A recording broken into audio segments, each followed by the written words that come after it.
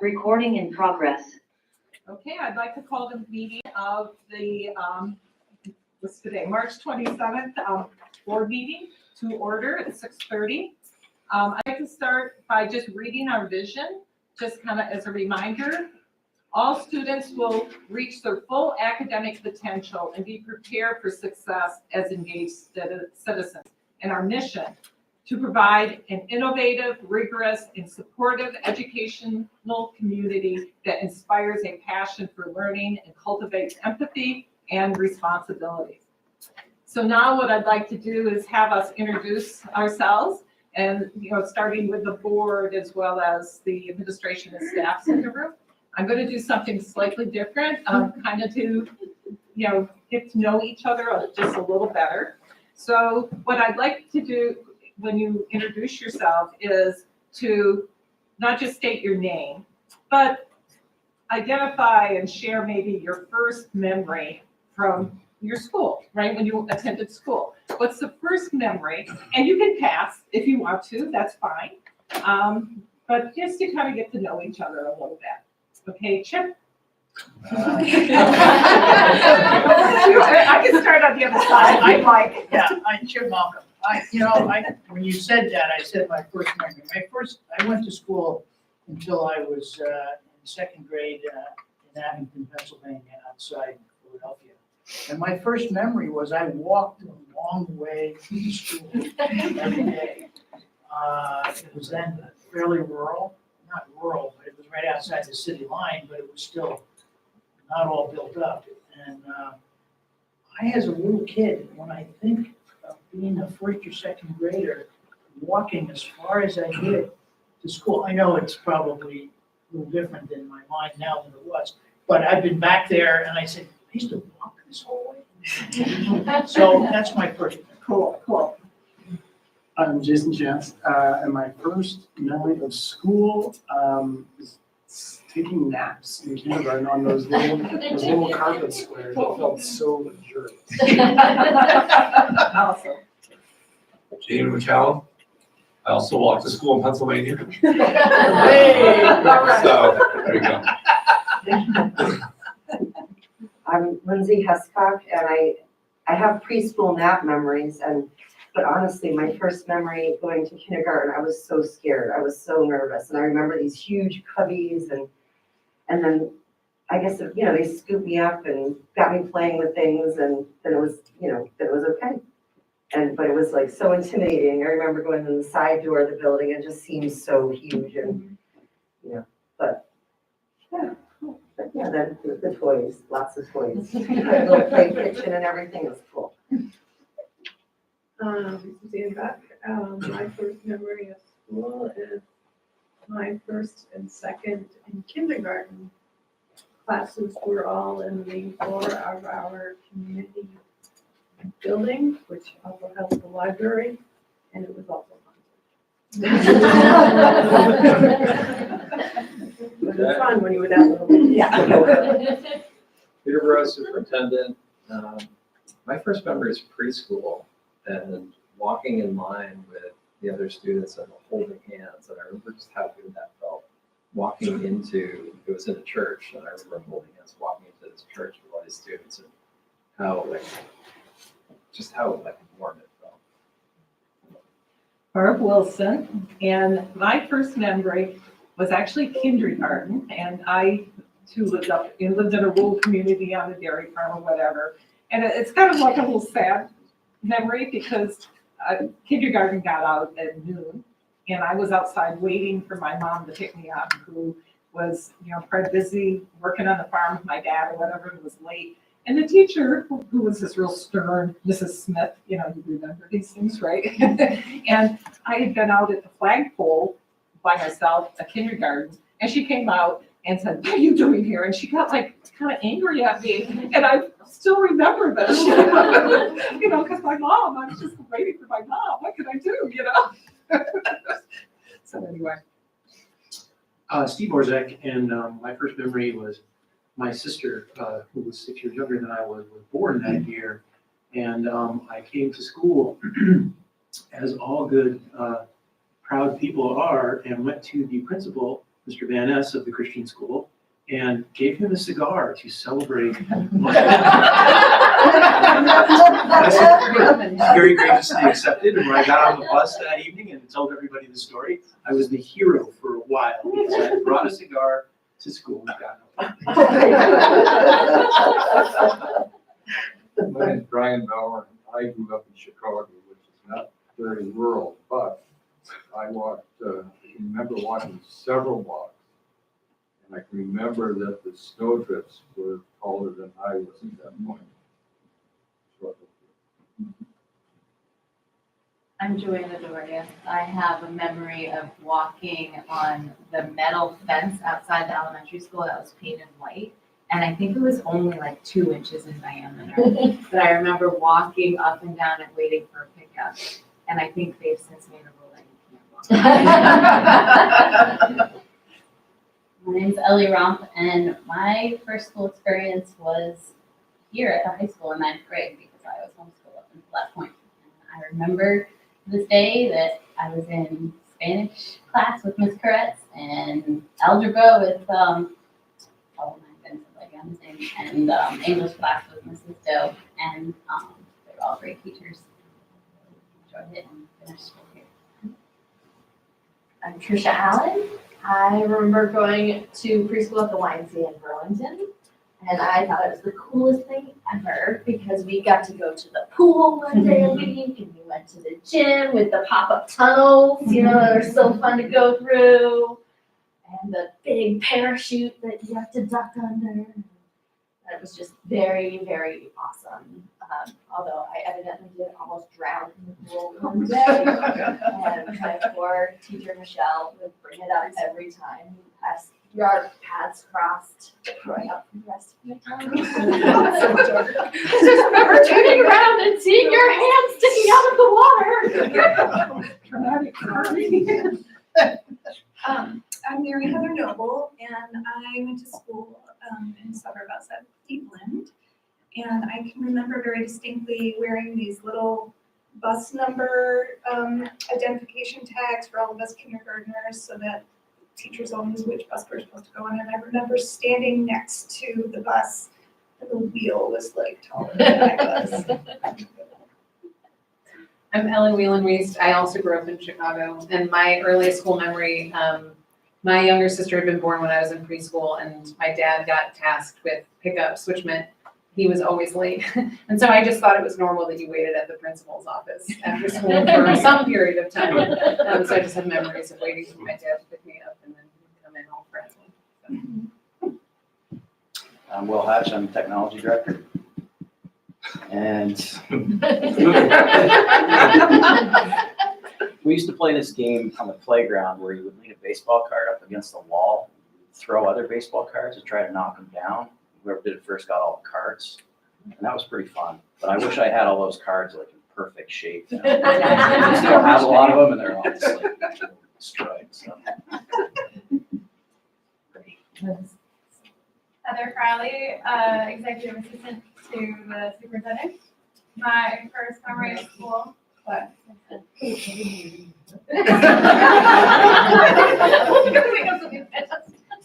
My first memory of school would be my epic outfit the first day. Oshkosh jean skirt thing and cowgirl. Oh, yeah. Wow. So the therapist is really loving this. My first memory is I'm old enough that it was called nursery school. Yes. Playing outside in the forest. I just have little snapshots from my, sorry, I'm Caitlin Siegel. This is Nicole Carter. We're so focused on passing this test. I have only snippets of memory from school before my family moved in first grade. And when we moved in the middle of first grade, turned out I was way behind in reading in my new school, and that was very stressful, and my teacher didn't let me go out to read them. Oh, I did it thinking, right? When my parents corrected that, it all got better. Hi, I'm Meg Dresnick. My first memory was from, we also call it nursery school. And my baby brother was just born and I was feeling some feelings about that. But outside in our playground, there was a gigantic tree stump with nails on it. And I don't know, this was like suburban New Jersey where like, I don't understand why this was okay, but it was. So there's like a gigantic tree stump full of nails with all these like 3 and 4 year olds with hammers just like wailing at the nails. And I remember because I was, you know, I was feeling feelings about no longer being an only child. And I was like wailing on the nails. And like, it was very cathartic and wonderful. So yeah, that's my first I'm Jen Robinson, Principal Mary Hogan, and I also went to a nursery school right down the road from my house, and I remember playing in the woods and playing on the play structure. Matt Renty, Director of Finance and Operations. I remember having a long bus ride to the public school in my town growing up. It was like an hour and 45 minutes away. It felt like it was at least. And I got tuitioned into the neighboring town, which was right across like the street from us, basically. So it was so close. I was tuition kindergartner. So 1 year. This is awesome. Okay, so the next thing on our agenda is really public comments, and I really would encourage folks to provide public comments at our meetings. But at this time, what I'd like to do is limit it to 3 minutes, you know, it's in the front of our meeting. And so we'll start in the room and then we'll move to whether, see if anyone's on Zoom and would like to provide comments. So is anyone here? Okay, we got one hand up, so. Hi, I'm Karen Morris. I coach at the middle school and run with the kids literally year-round for the past 14 years. And I love the middle school. I know there's a lot of challenges there that sometimes I feel silly about coming forward about athletics when there's bigger things that I know everyone is dealing with. My husband and I, like I said, have coached for 14 years and we want to keep coaching. And our big challenge, I've talked to Peter about it briefly, is every couple of years from when I started, it started back with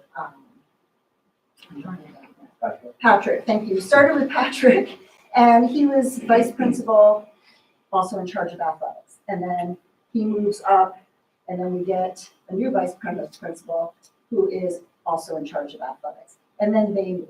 So we've been through a lot of people who are in charge of athletics who are all fabulous. This is nothing against any of them. But it takes me about 2 years to train them that we need to have, and it's still every time after they're there for about 2 years, I convince them that we need to do a preseason meeting with the parents like they do at the high school. Expectations, this is the team. I coach, for those of you who don't know, cross country in the fall. I run an extreme winter running program for the past 12 years with usually 30 to 40 crazy kids who run 6 miles on snowmobile trails with me, unless it's 8 degrees or below, because you guys all shut us down, which is probably right, but if we can get out before the 8 degrees, we're out. And then I do track. And the thing is, a lot of times, if I had a preseason meeting, some of the challenges that we have, that I hear a lot from the kids, I'm here because my parents want me to do a sport, and this really isn't a sport. Well, our sport is what everybody else's sport's punishment is. Like if you don't do well in soccer, you run. That's just all we do. And with track, because our school district does not have a track, and Middlebury College very nicely lets us use their track. For kids who show up to do track, we have to run 1.25 miles to the track. And then I torture them for an hour, and then we run 1.25 miles back. So even if you're a thrower, you're still running. And I feel like Sean does such an amazing job with his preseasons, and the athletic director there, that's his position. He's not looking to become principal and move up and go. And it's not just kind of added to it. And so my thing would be, I would love in some capacity to have an athletic director at the school that isn't in a position that's going to be going, and this is secondary. They already have so much on their plate.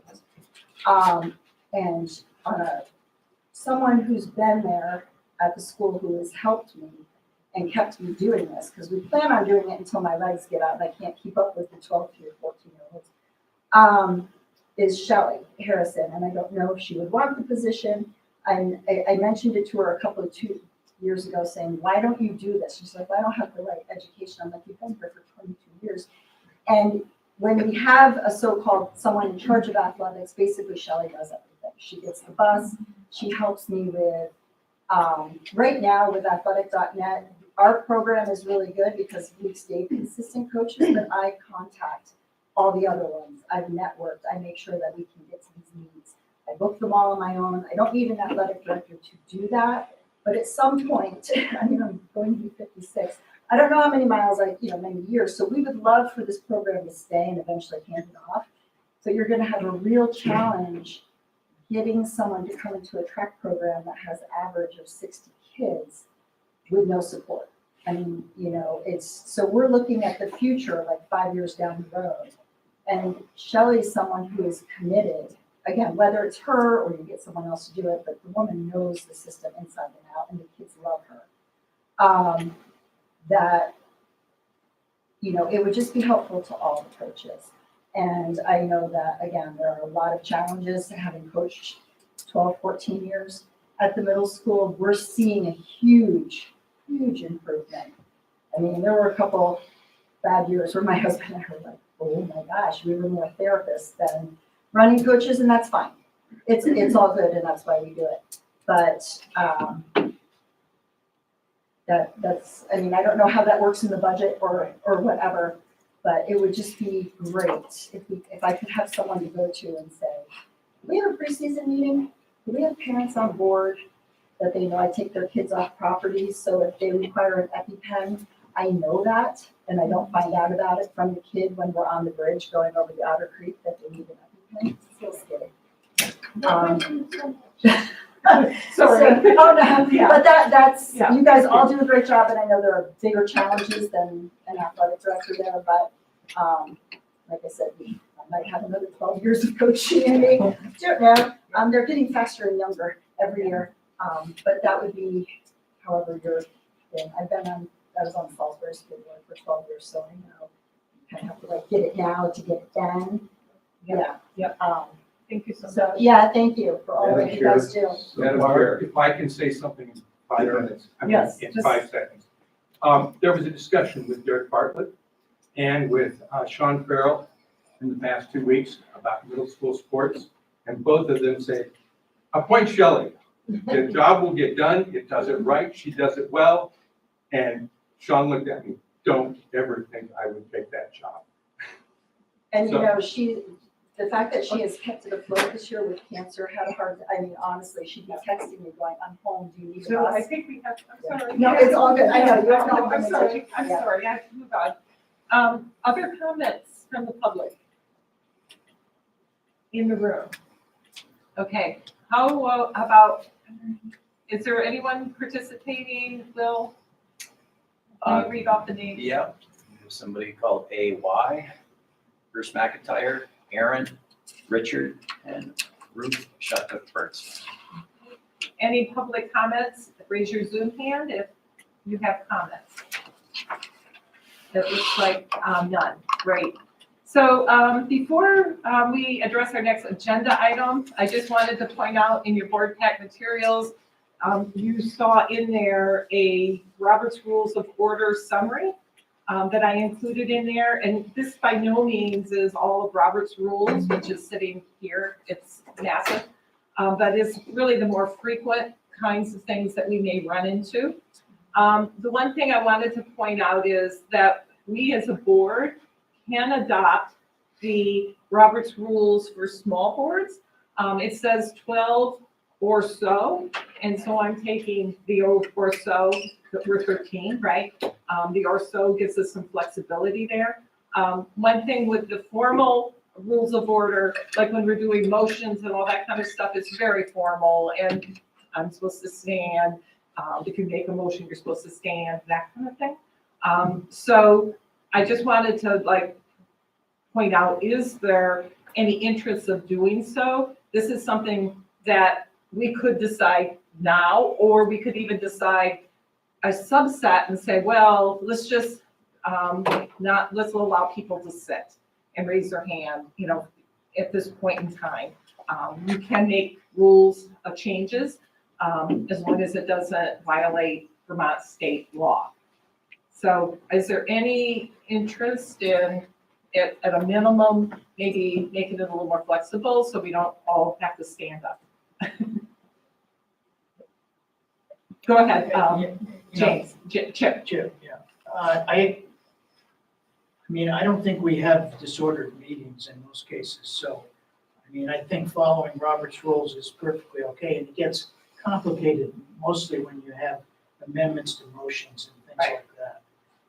I don't want to get it in too much into the weeds. I think it would be ridiculous for us to have, just because Robert said it at some point, we have to stand up. Right. And that doesn't make any sense to me. So I think being aware of how it works by the stuff that you sent us or the books that you have, I think we should peruse that and sort of see how that affects the meeting.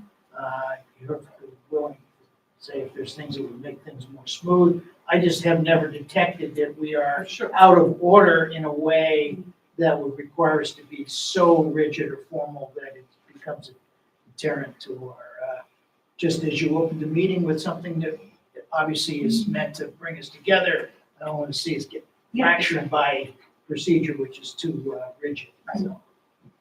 And so the only reason it's really on here as a choice is that we have to officially basically say this is how we're going to operate.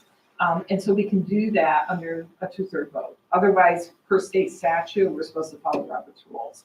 So if someone wants to make a motion, well, for this meeting, one motion could be, let's forego the formality of standing, whatever, but we'll follow the rest. Or another option could be, let's use the rules for small boards, which really increases and makes it look much less flexible, much more flexible. My understanding, I guess, is we're already, or at least the last year, we've been operating with a small board because it is a little less informal. So Right. it just would be better to say that's how we're operating Yeah. as opposed to Yeah. Robert's rules, which we're not operating. Right. So just clarifying. Yeah. Yeah. So does somebody want to make a motion that we do that? I'll motion that we follow Robert's rules for small boards. Do I have a second? I'll second. Okay. All those in favor of us operating using Robert's rules for small boards, say aye. Aye. Any, anyone? Yeah? Point of order, I was gonna The, say. before you call for a vote after a motion, I'm you supposed to have offer, discussion. Yeah. you need to offer I'm sorry. discussion. Yeah, I'm sorry, I was that's rushing. what I was gonna say. Yeah, okay. Any discussion? Besides the standing thing, I mean, I could read this all over now, but what's different? In making motions, No, what's different than we've been doing? oh goodness. Like, what's the change? There is actually, for Robert's rules for small boards, you don't have to have a second on a motion is one example. Someone can make a motion. You can have a little more free-form discussion. Per Robert's rules, you basically are allowed 2 times to talk, right? Yeah. And 10 minutes, that kind of thing. So it's just a lot less structured in the discussion. Thank you. Okay, Jason. Traditionally, I think the board does not have the chair vote, correct, unless it's a tie-breaking vote. Is that, we're going to continue with that, or because Robert's rules for small boards allows for the chair to vote on every vote? It's since in my, since I've been on the board, we've done both, right? So as of recent, Victoria previously started to be a little more stringent on, oh, I'm not supposed to vote and I'm a tiebreaker, that kind of thing. So unless it's a paper ballot. Okay. Yes, Lindsay. I don't know enough about the difference between the two to feel like I should vote either way. Okay, I'm fine to just abstain if you want to move forward with it, but just, I don't know how to compare them right now, and I don't want to take time in the meeting right now to ask people to educate me. So we can probably vote with me abstaining and still get, a majority, but I'm just putting that out there. I'd like to research it a little bit before I say yay or nay. Comment? okay, I think one of the differences is that you would be addressing the chairperson if you had questions. Not necessarily to anybody on the board. You could address your comments to the chairperson and then go from there. Other than that, you'd be addressing anybody at any time. any other comments? Yes, Tricia. So, and Lindsay, it seems like also if this motion does not pass, we could, as Barb is saying, instead put forward another motion saying, you know what, for tonight, we're just not going to stand up. We're going to kind of do business as usual, and then table a more permanent motion for a future meeting. And it sounds like perhaps that is what would advocate for where you are. Yes, go ahead, Steve. I agree with Lindsay. I would like some time to research this, and I would also like access to, apparently there is something out there called Robert's Rules for Small. Could you provide that link to us? Yeah. So we It's can- in, there's a chapter in here. Okay, I don't have that book. Yeah, definitely. Thank you. Yes. I Yeah, I would know. agree with Lindsay as well, and it seems like the biggest difference between how we've been operating and how we'll be moving forward is whether or not the board chair votes automatically or whether he or she abstains, unless it makes a difference in the outcome. So, Sure. Okay, so go ahead. I'm just thinking that we've been using kind of a mixture Yeah. of small group, large group, Robert's rules, and I really think that for the board to decide one way or another, they really need to see the clear definition between the two. And so I think that rushing into a decision where it's not necessarily written right in the agenda that we need to make that decision, is kind of putting people on the spot, and I would rather have them make an educated decision. Absolutely. Can I make a motion? I'd like to make a motion that we table this discussion until next meeting. Okay, excellent. And so all in favor, do I have a second to that? Okay, and let's, all in favor of tabling this until the next meeting, say aye. Aye. Those opposed? We had a motion that was moved and seconded on the table, so you have to vote on that. And you to table it? No, to table it. Okay, to table it. He's very correct. Table it. You Table it. absolutely, he's accurate. Sorry, He's my bad. totally, he's accurate. And so we have to, that's one way to postpone something, is to table it. So that's absolutely correct. Anyone opposed? Say, sorry. Nay. Thank you. Okay, so the ayes have it. Abstention, any abstentions? Awesome. And would anyone like to make a motion that we don't do the formal standing and? I'd like to make a motion. Yeah.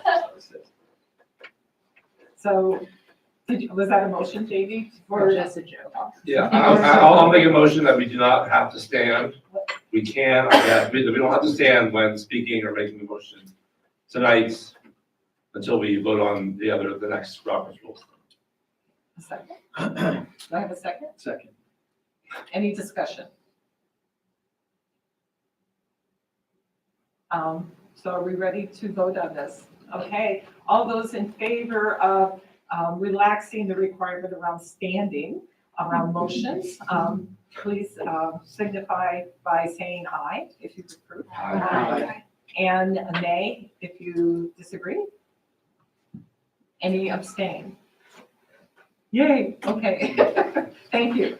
So Barb, will you send around the small board like something that we can be reviewing then? before? Yeah, and I did put some of it in there, that I can, provide more as well. Thank you, guys. I just didn't want to be standing during this meeting, so I appreciate, you, working with me on this. Okay, so, at this next, agenda item is a recommendation to approve the minutes of March 13th, 2023. Motion to approve. And is there a second?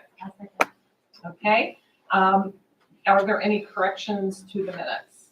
Okay, Tricia? In J, other, and then scrolling down here again. The list of dates just have a couple of typos. Mary said May and March instead of, it's also supposed to be May. Otherwise, excellent job as you. Okay, any other corrections? Okay, Ellen? There was a reference to Avery Costin, and I believe her name is Avery Thompson, and otherwise. Any other corrections? Yeah, go ahead, Jason. Can we add the vote totals for the vice chair? Yes, yes. And so Jason had reached out to me about the vote totals, and I was able to contact Linda Barrett, who was at the meeting, and she did in fact have that information and emailed it to me. The vote totals, and one of the motivations behind this is that when you're voting on a election procedure for an officer, there needs to have been the majority of the membership voting for that person, which would have been 7. And so she reported back that Lindsay had 7 and Suzanne had 6, and Mary Heather Noble had 0 votes. Yes, Mary Heather. I think this is just a formality question, but I don't believe I can change the minutes because none of that information was actually provided Okay, that correct. day. So it will be recorded in these These minutes, minutes. just to let you all know. Okay, perfect. Okay, any other corrections or comments? Okay, so are we ready to approve as corrected? So how many in favor of approving the minutes as corrected, say aye. Aye. Those opposed, say nay. Any abstentions? I'm abstaining. That's another good one. Okay, and so they're approved. Thank you so much. The next item on the agenda is approve the ACSD bills. I'm going to turn it over to Chip. Today, I met Jason at the office and we sort of went over the routine of how we pay the bills, either in person or online. And so I think he and I and Steve and the finance committee can share these duties at some point in whatever way, but I think we're into that, okay, at this point. There were 5 warrants. 3 of them were payroll warrants. First one for $929,597.08. Second payroll warrant was for $759.40. And the third one was for $506.34. There was one warrant for the McGilton Fund for $648. That was made to Reichert, presumably for an activity up there. And then in the general fund, there was quite a large number of $1,030,356.71. As I often do, just alerting the board. These run anywhere from $250,000 every 2 weeks or so to this kind of a number. And this number is made up a lot because it is elevated a lot because there's about $450,000 in PI health program expenses, dental expenses, a large number for transportation, just by the nature of when it comes due on a timely manner. And most of the preschool numbers to grid school and Mary Johnson, and those kinds of schools are entered in, which makes up quite a large number of it too. So that's why it's a large number this month. So Jason and I read them. He's on board, ready to go. And so I will make a motion that we pay the bills. I will say one thing, just again, doesn't mean we have to do this, and the board certainly, if they wish to be involved in some way, just out of interest, certainly, it's perfectly possible. Generally, what happens is the warrants are presented to us at 7:00 on Monday morning. Online, okay? By what Melissa Harrison says now, the treasurer will be coming on Tuesday morning.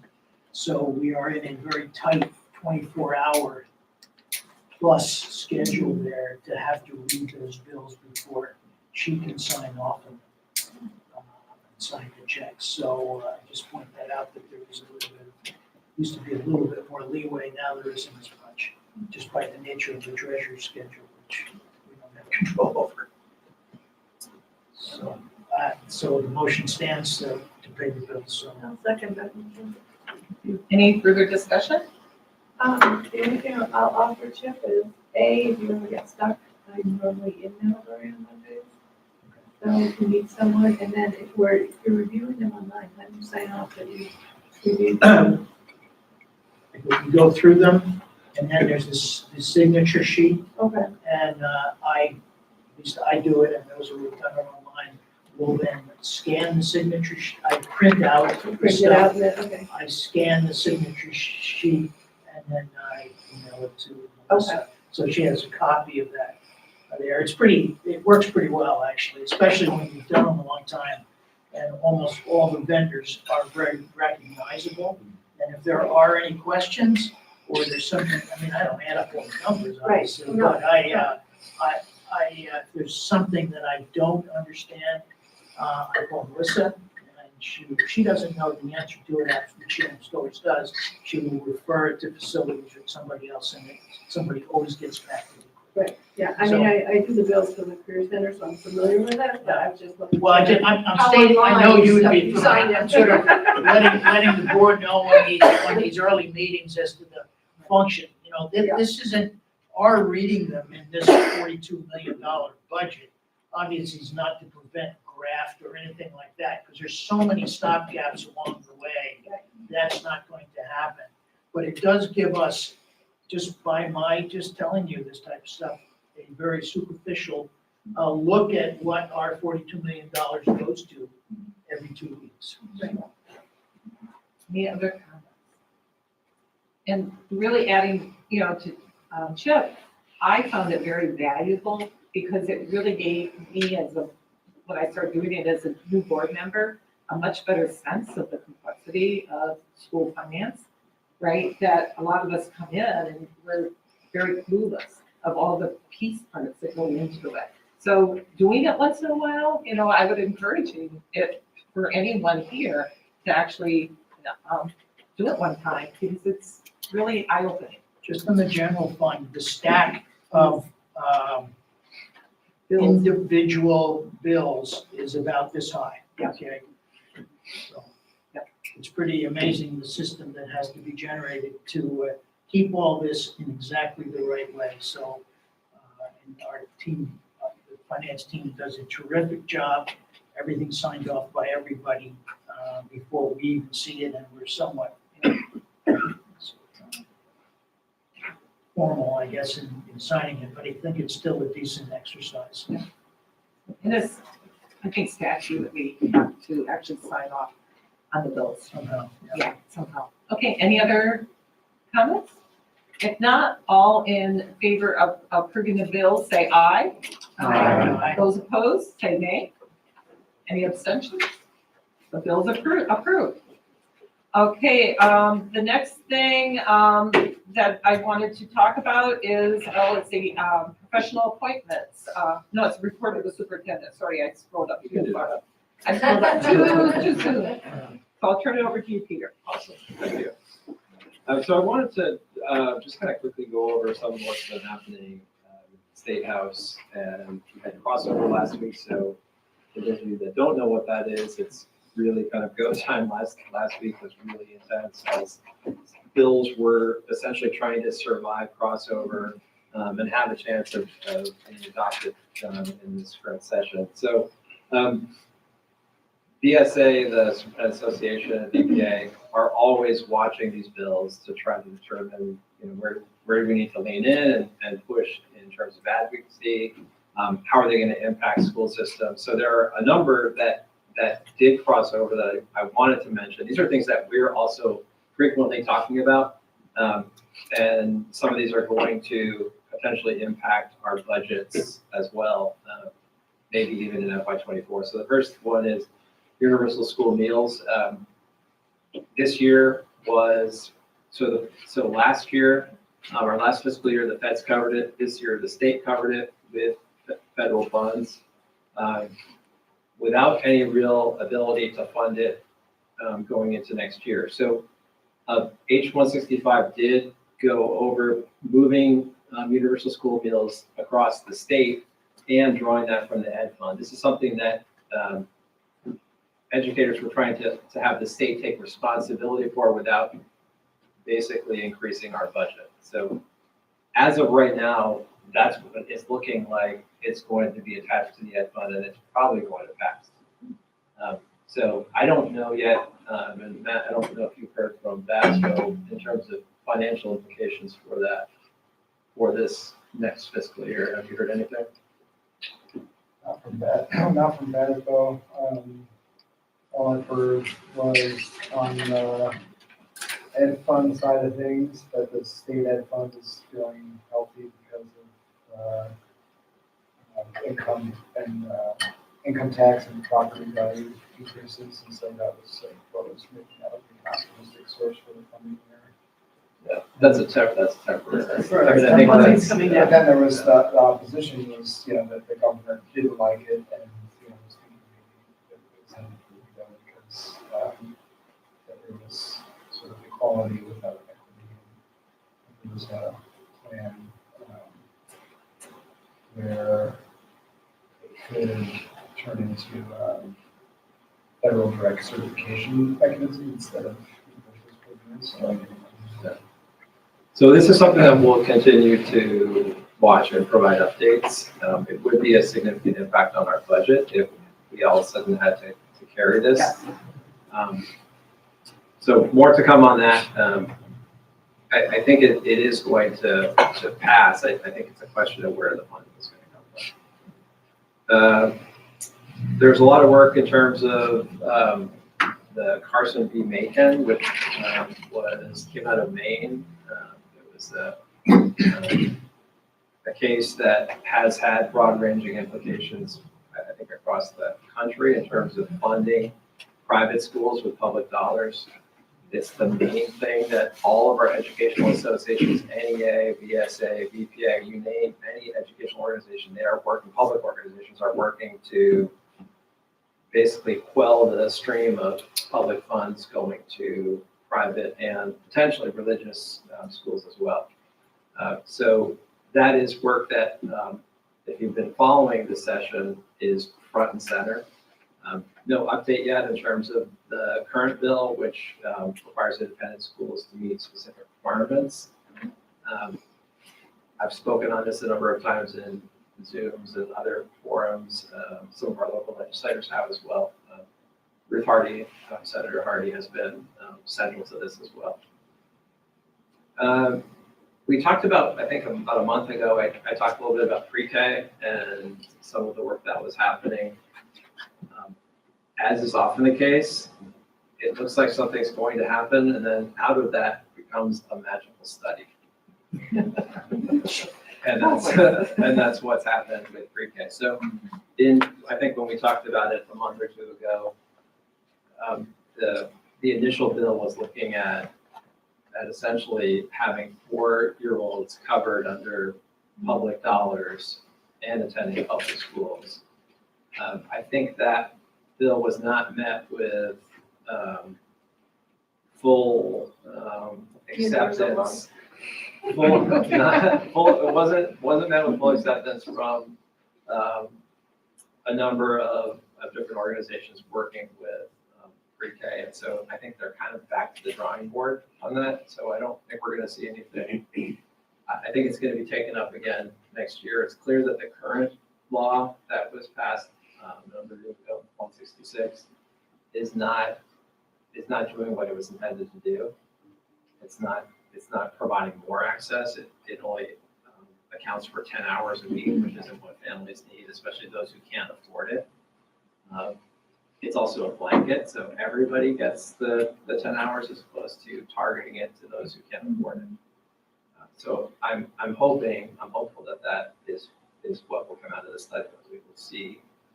And then the final thing. Really quick, so question, just on, no, I was just gonna say on that, I think, just so folks know, part of the concern is that the way that that bill was originally structured would have gutted childcare centers that to some degree rely on being able to have older kids. So there's like a balancing act that needs to happen, even though it is the Vermont way to punt it to a study. Hopefully they can find a way of creating a lot more access without shuttering childcare centers, which I think was the very real concern that would happen. And Chip. And the affordable component of this, it is frightfully expensive. And so to say that people who can afford it, I'm not sure that makes up probably 5% of the population at the most. Because even people who are working 2 jobs fully cannot afford that kind of, you can't, period. And there are any easy solutions to this issue. No, I know that, but I meant the affordable part of it. Yeah. It's not affordable for almost anybody.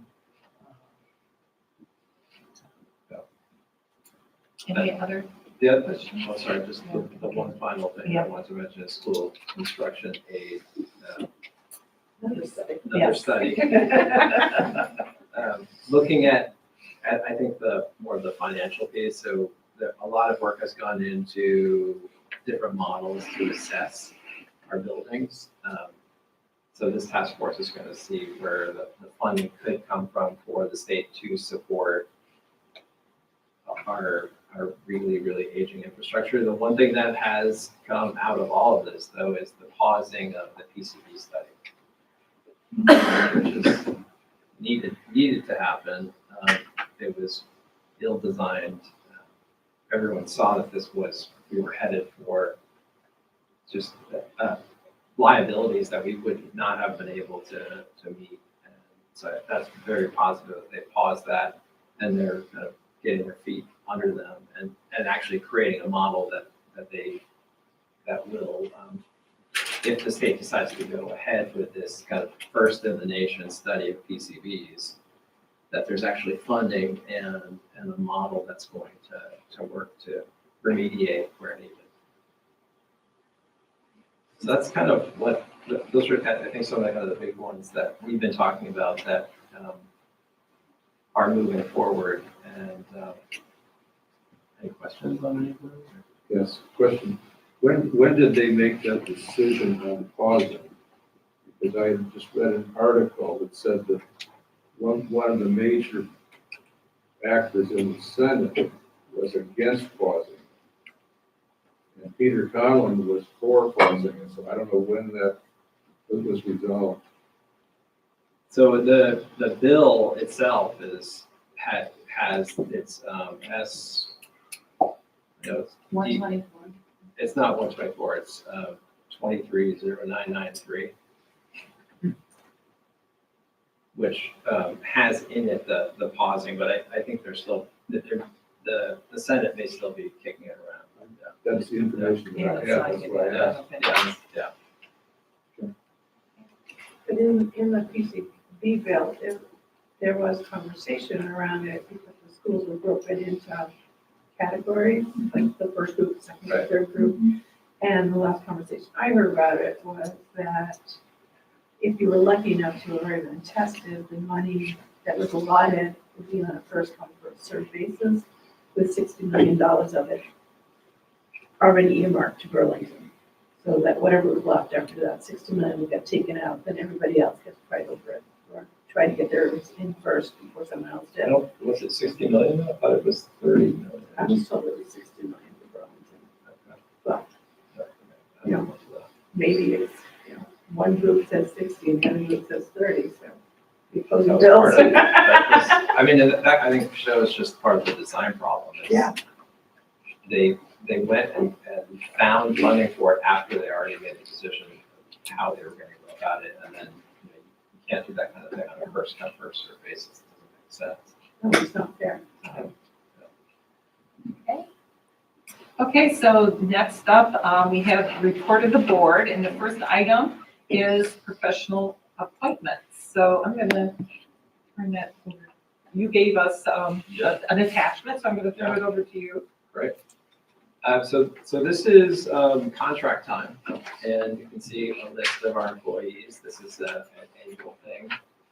We'll be bringing more of these forward as we go through the hiring process for people that we don't yet know we're giving a contract to, that we will in 2 weeks or 4 weeks or whatever.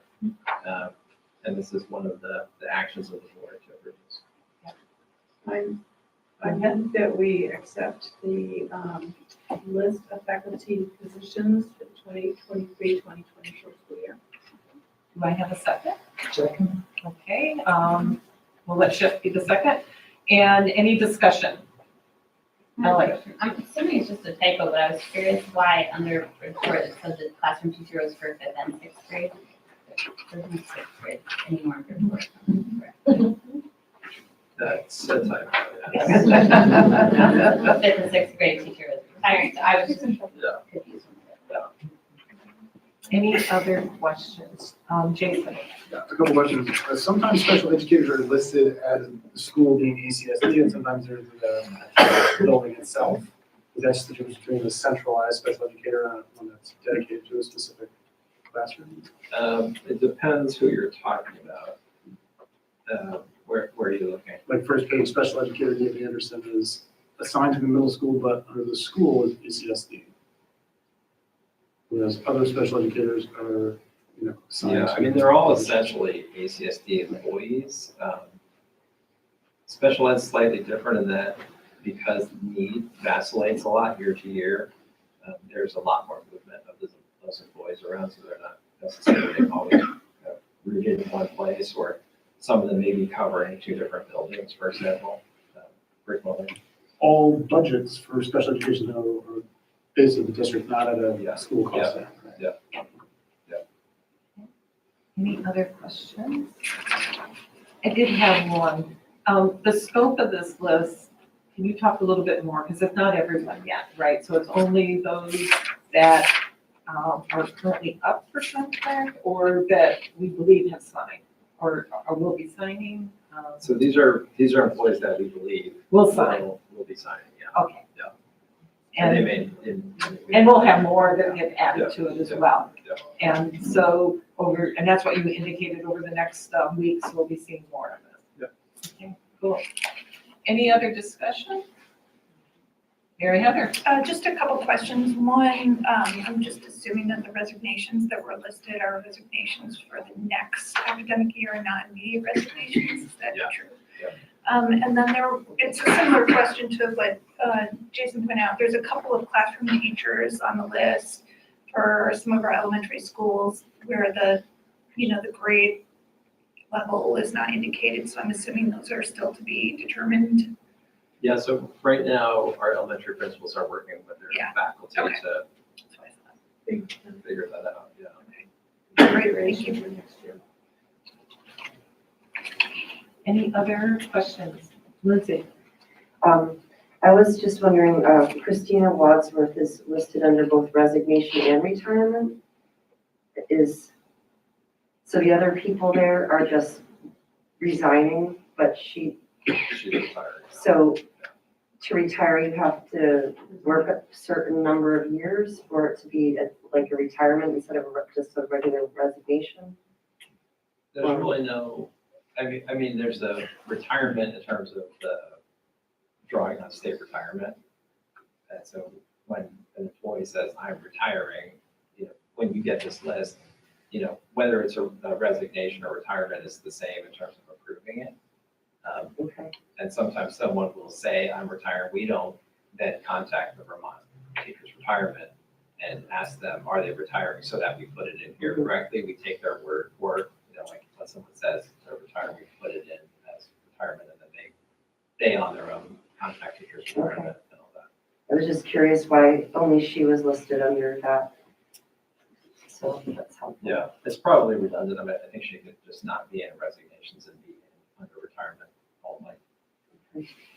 So Yes. I'll let Gail puts this together, so I can know that. Yeah. And Steve, you have a question? Yes, when are our contracts due back?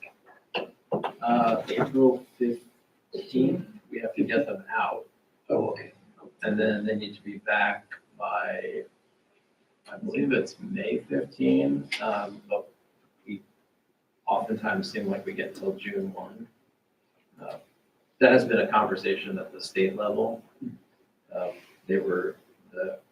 NEA was working on a statewide, this was in the last session, not in this session. We're working on a statewide date for contracts to be later, or to have no date and have it be So like the list, a different process. So that's, so the list is more of a speculation because we haven't gotten any confirmation that they're gonna be back. I'm not sure what we're approving here, I guess is what I'm asking. we're essentially approving for these employees to get a contract and Okay, be for them to come here. Yeah, not for them, you're not approving them to sign it. Okay. Yeah. Yeah, you're approving their appointments for next year. I see. Yeah. Good question. Any other questions? Lindsay, yes. Lindsay? Would we want to consider having Michelle Steele in a category of sabbatical because that's been, so much discussion about the distinction of that? I see one has a leave of absence, one, Natasha Costin has a leave of absence. Yeah. But, does it matter or? No, because she's being offered a contract for Okay, next year, so I think she should. okay. Okay, any other? So are you ready to call the question on this? If so, all those in favor of approving the 2023-2024 faculty appointments indicate by saying aye. Aye. Those opposed by nay. Any abstentions? None seen, so they're approved. Okay, the next action is that we're going to approve the recommended principal candidates. So I'm going to hand it off to you again. Great, thank you. So, we've got two future principals, or one kind of current and future principal, and one future principal sitting next to each other. I'm going to start with Megan. So, Megan Teresa, if you want to stand up. Sure. This is You Robert's have to rules for stand bar. Yes, sorry. So Megan is currently at Bridgeport, and she is an interventionist. She brings an incredible amount of energy and passion to her work. And anyone who has spent time in Bridgeport knows that, sees that, feels that. Nicole was leading the process for the Ripton principal. And do you want to share anything about what the committee found? Yeah. Joanna, tell me what I missed. So we found that Megan was bringing all the right skills to the job. Elementary teacher, former principal, literacy interventionist, and a behavioral support person. So she kind of had it all, plus an enthusiasm to do whatever needed to be done to support all kids. It was pretty remarkable. You are pretty remarkable. Would you like to say a few words? I am overjoyed, overjoyed to be joining the Ripton community. At the same time, I am I will miss Bridgeport so much. They've been my family since 2015. My family moved here from Chicago, and we didn't know one person. And it was, it was scary, and but it was exciting. But Bridgeport welcomed me with open arms, and I fell in love with the community, and absolutely, it's my heart. And at the same time, I really feel called to do more. I love that Ripton is a community that is very similar to Bridgeport, and that it's a small community where people really care about each other. It's a school where everybody really cares about each other, that they put the child's needs first. And I'm just really excited to jump into the community, to get to know everybody and start our work together. Thank you.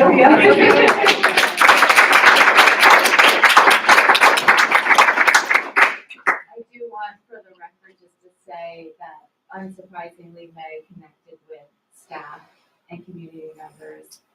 And it was a very thoughtful and thorough process. So I just, for the record, really want to say that it's good.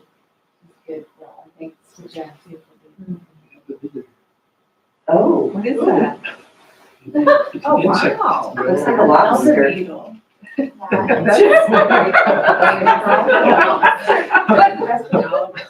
Oh, it's right there. It's right on the That's so owl. Yeah, that's on the owl. Oh my God. Megan, you are important. As do I.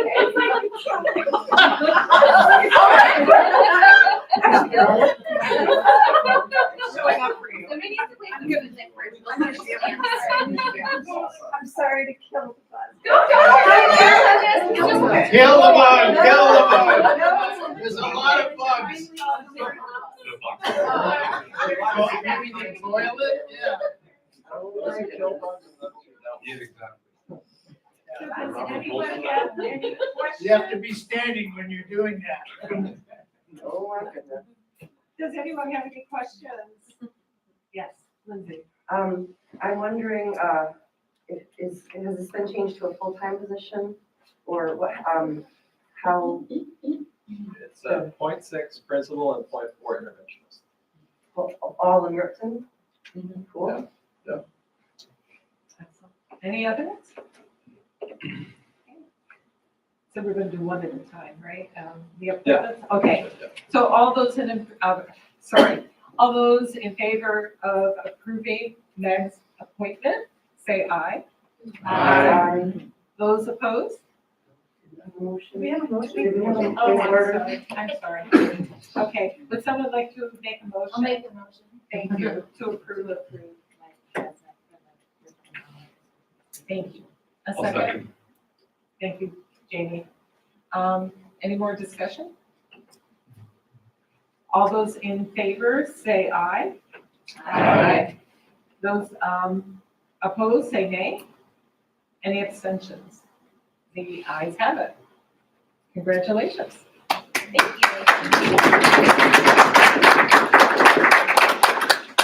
Okay. Okay, our next principal hire, who you all know very well, is Caitlin Steele. I knew when Caitlin stepped over to the high school and I went over for the first time to see her and she was at the door and she was just a light. I was so happy. And knowing her really well, I knew that something really magical was happening for her. And I think over the time that she spent there leading up to this hiring, I think she did a lot of thinking and realized this is where she wanted to be. She was up against a strong field, and as you all know, she brings an incredible amount of experience, intellect, passion, commitment. She's great to work with, I can attest to that, and I think MUHS is really, really lucky to have her. I think she's going to really do wonderful things. She's a great listener. She's funny. She laughs a lot. Her laugh will be missed at the CO, right? But we're so happy for us and for you.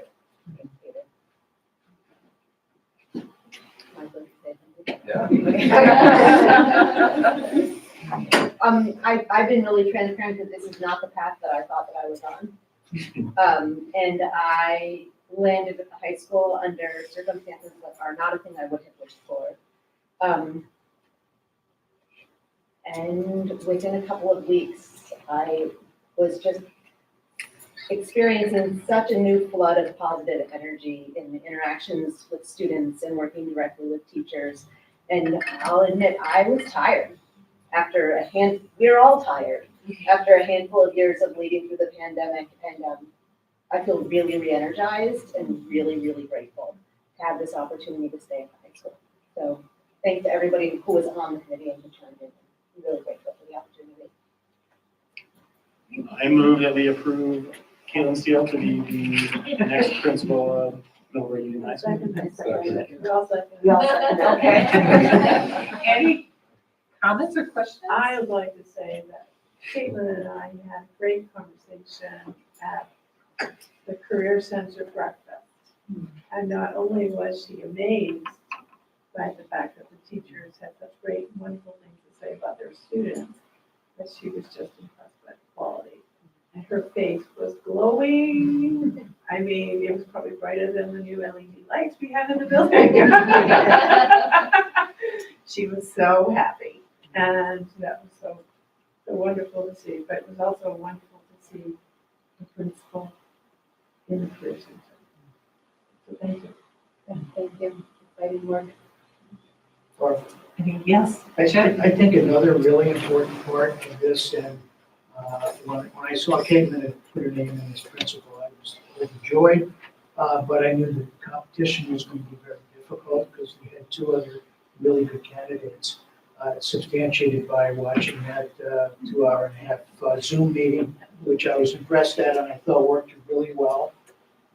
And I had other people tell me that who would not normally have been watching those kinds of things. But I think Caitlin brings obviously a continuity, which having a new superintendent starting in July, this is really important.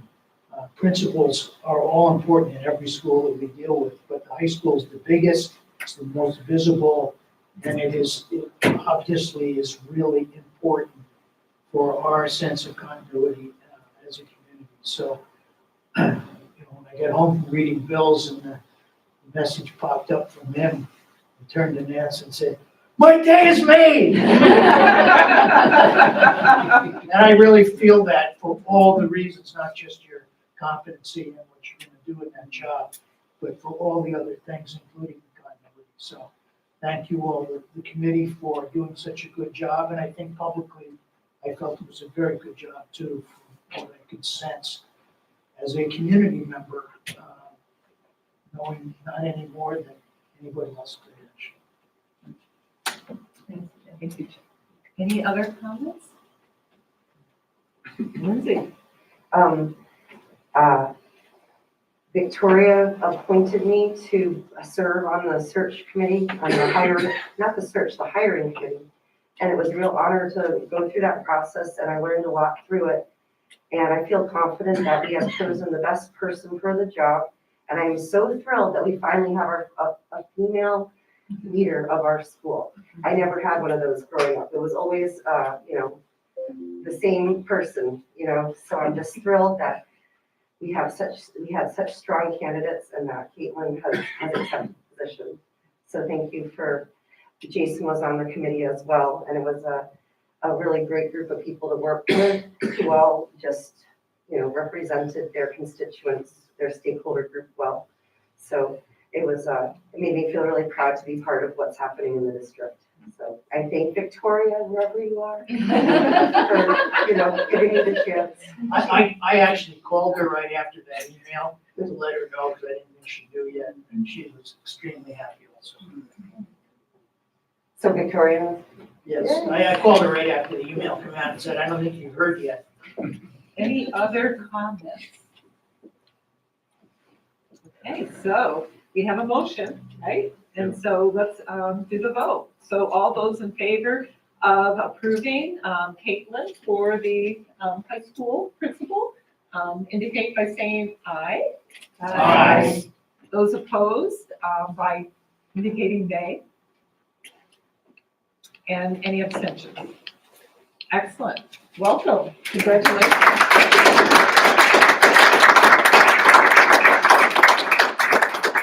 This means you won't see her as No. much. Yeah. She'll probably have to go to a football game once in a while. And a question, that becomes effective like immediately, correct? At this point, because of the. Yeah, she's no longer. Yeah, exactly. So that happens, like, yeah. And we're gonna try to work on her. That's fine. I was See doing these, these. yeah. Oh, so she's not That's an ongoing- principal and, That's an ongoing conversation, yeah. Figure that out. excellent. And Lindsay.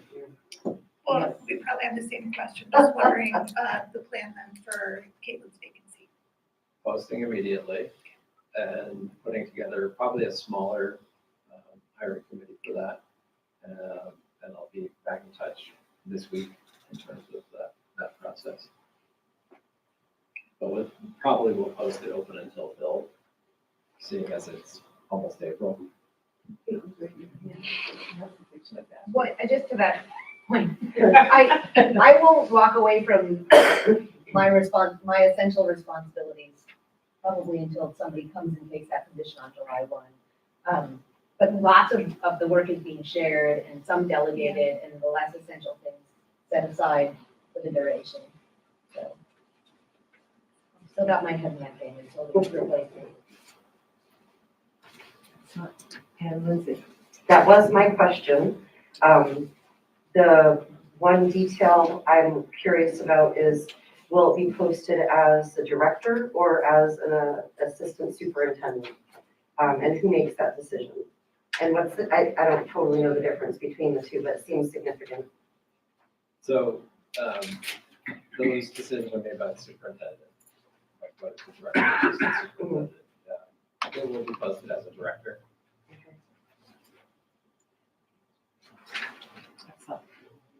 Okay, so moving on to the next agenda item, it's just a discussion item, and I think we can go quickly on this. Committee assignments, by now, everyone should know what committee you're on, and hopefully the committees are in the progress of meeting or scheduling to meet. Any questions or concerns, feel free to reach out to me at any time. Be happy to do so. One thing I wanted to mention when I was going through the open meeting law, I realized that our draft minutes are supposed to actually be posted and available to the public within 5 days. So what I'm proposing is that under each meeting, that we actually now post the draft minutes, right? And then once we finalize those draft minutes, it would replace it.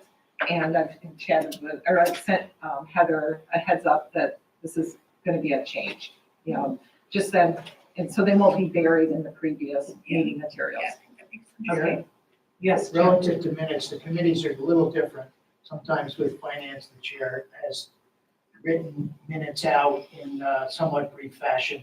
And then Heather puts them into the sort of formalized form. And then, of course, we vote on them later. Right. But we're usually not making any actions in committee, obviously. Right. So just so that process can be pretty much the same, whether you put draft next to it or not. Yeah. So they'd just be listed as draft, and it'd be the same procedure, where Heather would actually take her handwritten notes and put it into the actual board pack section under administration. She does that when I've done it, just because I'm not like Mary Heather. Any other questions, comments on committees? I don't know if this is the appropriate time to do it, but the negotiations committee did meet. The only thing that we want to bring forward to the board is that a proposal has been brought forward by the administration about a side agreement with the support staff in order to keep us competitive.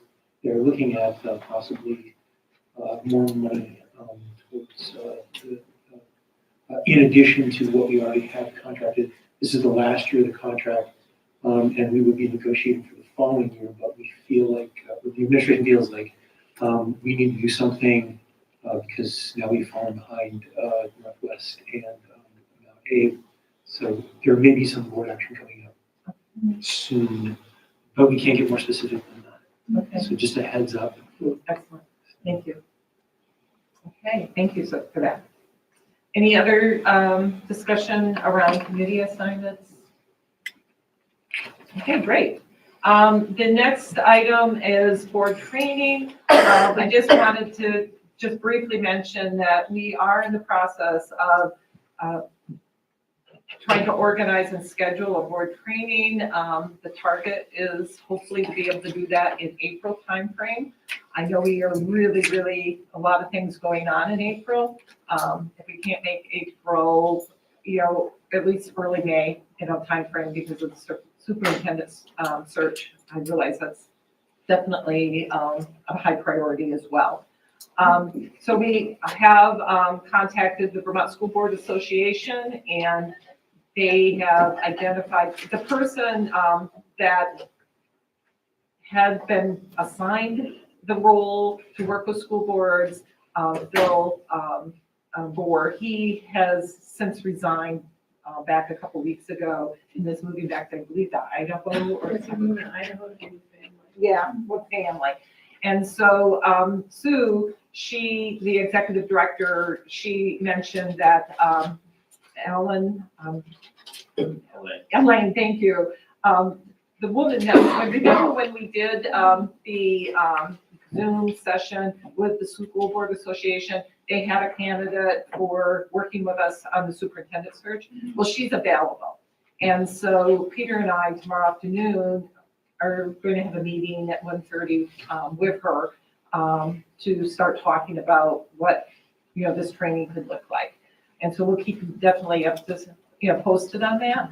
And again, then we'll have another meeting, another training or in the August timeframe as well. But the focus really on this is really, as a new board and kind of working together, that kind of thing. And so with that, what we are doing is handing out a book that the administration has ordered, which is called Governance Core. And this particular book, I had taken a workshop on this with the Vermont School Board Association, and I found it to be really helpful. And then Peter since told me, oh, that's the book. So what I'm hoping we can do is utilize this book somewhat in the training as well. And so if you look at like at least the intro, chapter 1 and chapter 6 as a beginning point, obviously you can read the whole book because you definitely can't put it down once you start. But as a middle the intro, chapter 1 and 6, that would be kind of like good background before our workshop. Okay, so this is yours to keep. So any questions? Not a question on the book, but I would like us to consider thinking about possibly doing more training on a weekend. April and May are booked with names, and I think that's something like this really needs our full attention, and we need to be ready for it. The only thing I will caution you about is April has Easter weekend. Yes, don't put it on Easter weekend. Sure, thank you. I won't be there. Yeah. And Mary, have it.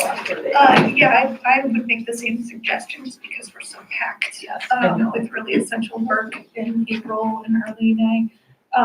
And also just for sort of public record's sake, I'm just thinking about the topics that you're planning to address in this training.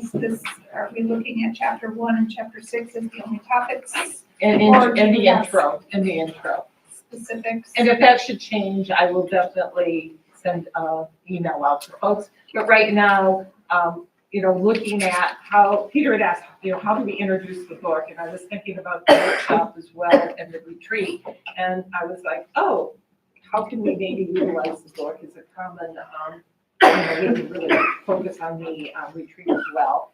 And so when I looked through the book, there's a lot in here, but really as a beginning, if we use the intro, chapter 1 and 6, and then in August, I think we can use more of it because then setting goals and that kind of thing, I think it would be really helpful.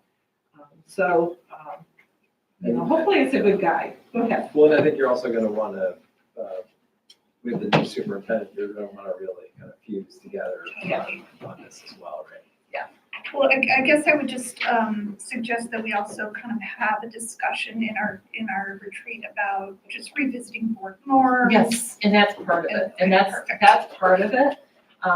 So that, in fact, what I had just sent Elaine was a document I kind of just put some thoughts behind. And one of the goals I have is to really come up with norms, right? Would be an output of it. And those chapters really help us do that. And they recommend that's what you need to do. And I would suggest that the board a couple of years ago did adopt norms. And so resurrecting that document and looking at it, because there are norms already written. Okay, awesome. So I probably have them in my minutes somewhere. but Awesome. Well, they were distributed at the beginning of last year, so we Okay. have them in our email, we should just resurrect them. okay, awesome, awesome. That would be Point. excellent. Yeah. Yeah, excellent. Any other, yes, For the April retreat, what time frame are you imagining? as far as duration? Yeah. I'm thinking 8 hours maybe. We'll have to see what the content is and really working with the consultant and what we can cover. And I don't see it all day. By any stretch, I think that would be hard to do. And the retreats that I've been in the last couple of years, they seem to be around 3 hours. From my recollection, 3 years. 3 years. Just felt like 3 years. I think it was more than that last year. It was. It was about 5. Yeah, it was. I remember we had food and whatnot. Yeah, and of course, like maybe 3 hours plus food or whatever. But it's early right now, so we're working on that. So if you have thoughts and ideas, feel free to send me email. I really appreciate that as we're forming this. I'm really looking forward to it. I think it'll be a really good opportunity to get together. I request that we get that, like, some dates as soon as possible, as far out as possible. Okay, yeah, and and working weekends.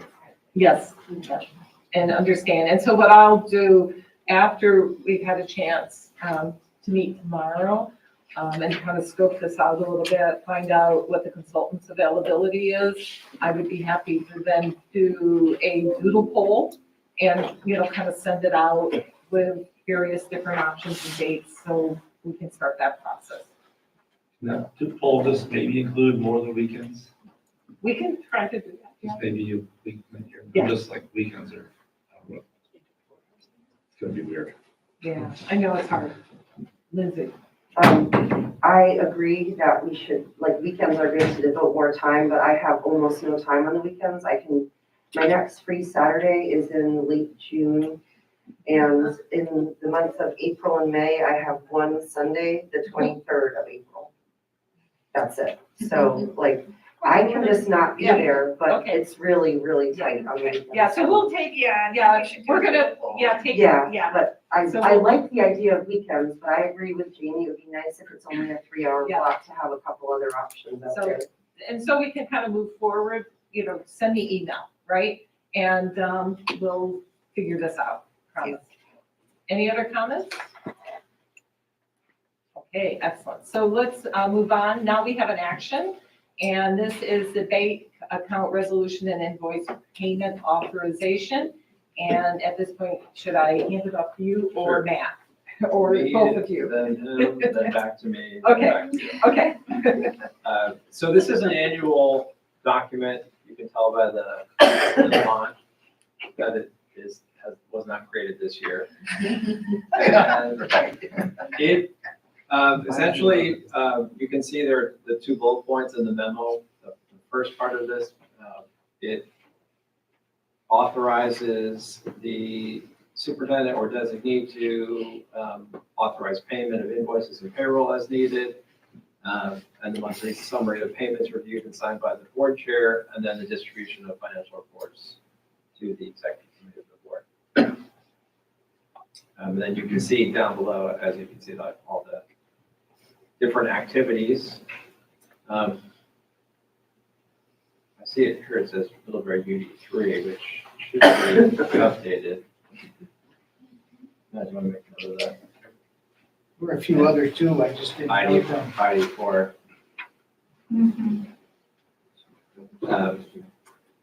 So we just need a motion to approve the resolution as stated. Okay. Chip, I'll make that motion, but I would like to correct some of those. Yeah. We can do that if we Peruse give it a second. that further, because I noticed a couple. Do I have a second? Second. Mary Heather? Any discussion? And so Chip, you had the discussion, repeat what you had just said? There's a little cleanup to do. Yeah. It's just a little, a few anachronisms, I guess. Yeah, exactly. Excellent. Any other discussion? Okay, so, there's signatures on there, right? So whose signature goes on those forms? There's just. Or chair, and okay, One chair great. and another board member. Okay, excellent. And who would be the other board members from the Based on finance? the executive committee. On the executive, okay, great. So, we have a motion on the floor, so, let's vote on approving, taking action on the bank account resolution and invoice payment authorization. All those in favor say aye. Aye. Those opposed say nay. Any abstentions? None seen, it's approved. Thank you. You're welcome. The next item is the McGilton fund disbursement, and this is an action. So what I'd like to do is have Jen maybe talk about this a little bit. Sure. Or, briefly, so the new board members know what it is. Sure. The McGilton Fund was set up, I think in the 1950s, if I'm recalling my documents correctly, to provide enrichment funding for the students in Middlebury at the elementary school, pre-Mary Hogan. And it was something that it was a fund that was managed by the ID4 board for a long time. When unification happened, now it is managed, I think, or at some point transitioned to National Bank of Middlebury. There's a rolling average of 4.5% that's dispersed over like the 12 Previous Previous 12 12 average quarters, of the fund balance in previous 12 quarters times 4.5% is dispersed. And it's growing at a nice clip, I would say, over time. Like it's, and we talked in the fall, and that's when the bulk of the requests for the year came in. But as the year has gone on, there are a couple other expenses that I think we've realized that would be helpful to have. And the PE experiences this year outstripped the initial amount. Part of it was the climbing wall certification, but and wanting the fifth grade to all be able to ski at the snow wall. So that was one. So just increasing the amount from the request in the fall. Everybody Wins is a program that has historically been operating in Mary Hogan, and we've funded it a bunch of different ways in the past. And I can fund it locally, but I think that it falls under that enrichment towards of kids. It's a mentor program, and it's took a hiatus during the pandemic, and so we restarted last year with the third graders, and now it's third and fourth grade, and it's mentors from the community that are matched with students who want reading mentors, and once a week they have lunch together and read and play games, and it has nothing to do with whether you're a struggling reader or a good reader. It's just kids who want mentors, and some of the mentors are like on the Middlebury College lacrosse team, and others are local people who are retired and everybody in between. And Sarah, your rank does a nice job matching kids with mentors so that they're getting somebody who they are like gonna connect with. So that's one of the requests. And then the third one is an artist in residency for taekwondo drumming spring. And that's also being funded by MESA as well as a 10BC grant. So, thank you so much. And this is, I think there's just a memo page says 2021, but that should be 22, 23. Right, I didn't have this on, Yep. Okay. Okay, can I have a motion to approve the fund distribution? So moved. Steve, and is there a second? Lindsay, any discussion, questions? Okay, Jason and then Chip? The fund disbursement we're approving now is the $7,500 of the winter request, is that correct? Yes, Okay. so the fall request was approved in October. And I think historically, at least when I got here, there were requests that were coming in March for the whole previous next year, and that, in working with Brittany, felt like we could break it up into 2 requests because it felt more responsive. So it's hard for me to project now, but we'll want to do in spring of next year. So. And Chip. Can I mean, obviously I applaud all this, but how do we rationalize in our consolidated state, okay? And our dealing with equity? I think it's an important issue. I don't want to give it up. I don't want to spread it out so it becomes useless across the district because of the number. But how do we deal with that? Yeah, no, you can't be spread across the district. I know that, I know that, but Oh, you're how do talking we about deal- programming. how do we Yeah. deal with programming that kids at Mary Hogan will get, rightly so, and the kids at other schools may not? Well, I think we have that issue, so we have, just off the top of my head, we've got just 3 funds in different schools that put varying amounts that are particular to that school. We only control this one. Right, the other ones though are kind of annualized gifts to, Cornwall has one, and Salisbury has one too. I just bring it up, I'm not asking that we change anything, but to me, it is another one of the equity issues in our district. Bridgeport used to be able to ski, but it's all afternoon to go up and come back, and I don't believe they ski anymore. The other issue we have, I mean, so that's one, is these monies that have been gifted to individual schools, which were, previously districts. The other issue we have is some, in terms of equity, some of our parent groups raise a significant amount of money. The next item on our agenda is discussion, and it's related to the superintendent search update. I am going to now hand it over to Mary Heather and let her lead this discussion. Okay, just a reminder to all that the superintendent search process, the application window closes at midnight tomorrow. And after that point, Dr. John Grata with McPherson and Jacobson will be instructing the vetted candidates to create videos. And we will be reviewing those videos. We, as a board, need to determine how we're going to identify or how we're gonna review those videos, whether we'll do it as a group or whether, we do it on our own. I hope everyone has on their calendar, April 11th, we have a special board meeting scheduled for 5:30 on April 11th for us to identify the interviewees that we would like to see. That wasn't on that isn't on the board pack schedule. It isn't done yet. Yeah. Well, it's an April 10th meeting, but the April 11th, because I looked specifically today to make sure that was on there, because I had it in my date book. Right. Can we make sure that gets in? Yes, we will get that on there.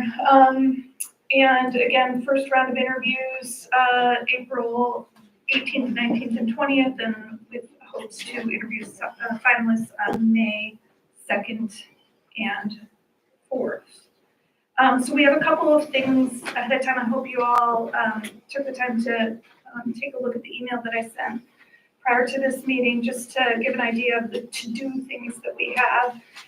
One is, again, how do we want to screen these initial candidates on the videos? 2, how do we want to invite key stakeholders into the process? Specifically, how do we want to identify the groups? And then, figure out, for example, do we want to make sure that it's the same people for all of our candidates? Do we want to make sure that all of the candidates are being asked the same questions? So these are the sort of considerations that we should talk about. Before we go into executive session, in which we'll be discussing specifically, more details about what interview questions we really want to have. So those are sort of the 3 to-do things. I guess what I would suggest is that we first talk about whether or not we want to, this seems like the easiest low-hanging fruit, how we want to review the candidates' videos, and whether or not we want to, schedule a special board meeting to do it as a group, or whether we feel comfortable having Dr. Grotto send us the videos and trust that everyone's going to take the time to review them in entirety and just be prepared for our April 11th special board meeting to identify which ones we want. So, do you want to? Yeah, okay, yeah, sure. Mary, I'm sorry. Alan? Well, I have 2 questions on the candidate videos. One is just, do you mind refreshing our memory on how they're vetting candidates to determine who makes the cut to make a video? Just sort of, I assume it's like a very low threshold, some kind of a low threshold, but I was curious what their criteria is. My understanding is that the plan is to obviously make sure that they meet all the general qualifications to be able to be a superintendent in Vermont. And then secondly, will be kind of reviewed against our criteria. My understanding is that they're going to recommend that we look at whomever, would meet those criteria and that we should review. I also don't believe that we have a very large candidate pool right now. So to be honest with you, I'm not sure that we're going to need to do a lot of pre-screening. We may, That was my second question, if you had a sense of numbers of Yeah. videos or just applicants. So right now, I checked with Dr. Grotto just today, and we unfortunately have a very small pool of candidates. We only have 5. Yeah. And I'm not certain whether those folks meet the threshold. So that's where we're at right now. However, tomorrow is the deadline, and a lot of people wait till the last minute, so that could double. So obviously we'll know more tomorrow. And in the email, if I could add, he did mention that he has spent like the last couple of days reaching out to people that he knows and candidates that he has met through other searches, that kind of thing, and is hoping he can add to that number. So let's be successful. It's a little distressing. The other thing I will say is that having used the same search firm before, that if there are candidates in that pool, they will not waste our time with having them in videos. They'll only give us the strongest candidates. So it doesn't make sense to have us look at a weak candidate, like somebody that's just got their endorsement, or somebody that's in the process of doing their endorsement for one of our requirements was that they had experience. So they're gonna, and they also, in the beginning vetting process, they look pretty deep into references and such, so that they want to make sure that just because you look good on paper doesn't mean that you're good all the way around. So they dig deep. Jeannie, that's your hand. I'm sorry, just one real quick thing. Did you excuse the I know Peter left. but I know, other- I mean, if folks want to stay, they can, but they. Yeah. Yeah. No, we were just waiting. We were on executive session. Yeah, you can definitely, if you want to leave now. Yeah, this part is public just because, we're not talking about details Yeah. yet, but. Yeah, I mean, you're perfectly welcome to stay, Yeah. but you don't have to. Sorry. Yeah, no. Yeah. How long are the videos? So the videos are supposed to be about 9 minutes. Candidates are supposed to have 3 minutes to answer 3 questions. And the 3 questions. There's the 3 questions. Yeah. 3 minutes each. It'll only be 45 minutes at this point, of videos that we want. Go ahead, Jeannie. Well, I think to your exact question, I would support watching them privately. Rather than having like a film screening night. Bring popcorn, pizza and stuff.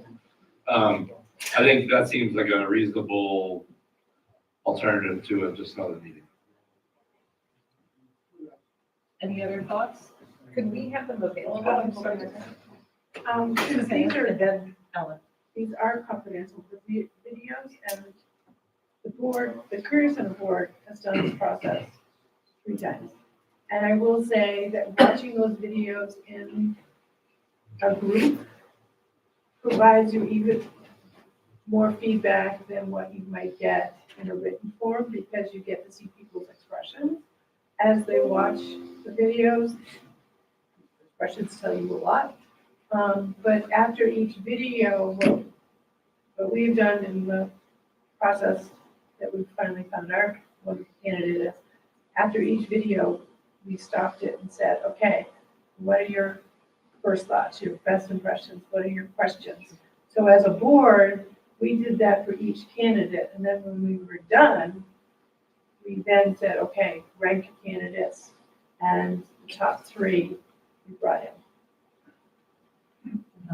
I was gonna recommend that if we watch them privately, that we sort of have questions like that in mind, that the frame of sort of universal framework that everyone at least comes ready to speak to. And I was also wondering if the videos can be called up when we meet again, so that if we all wanted to watch a person, right, that seems like such an opportunity in having a video, is that you can rewatch a 5-minute video if you just want to refresh your memory as a group to keep the conversation refocused, so it's not all reliant on first impressions that then go away. But yeah, I think questions like that, Suzanne, would be really smart if we watch them privately for everyone to be using as a shared framework for how we start the conversation together.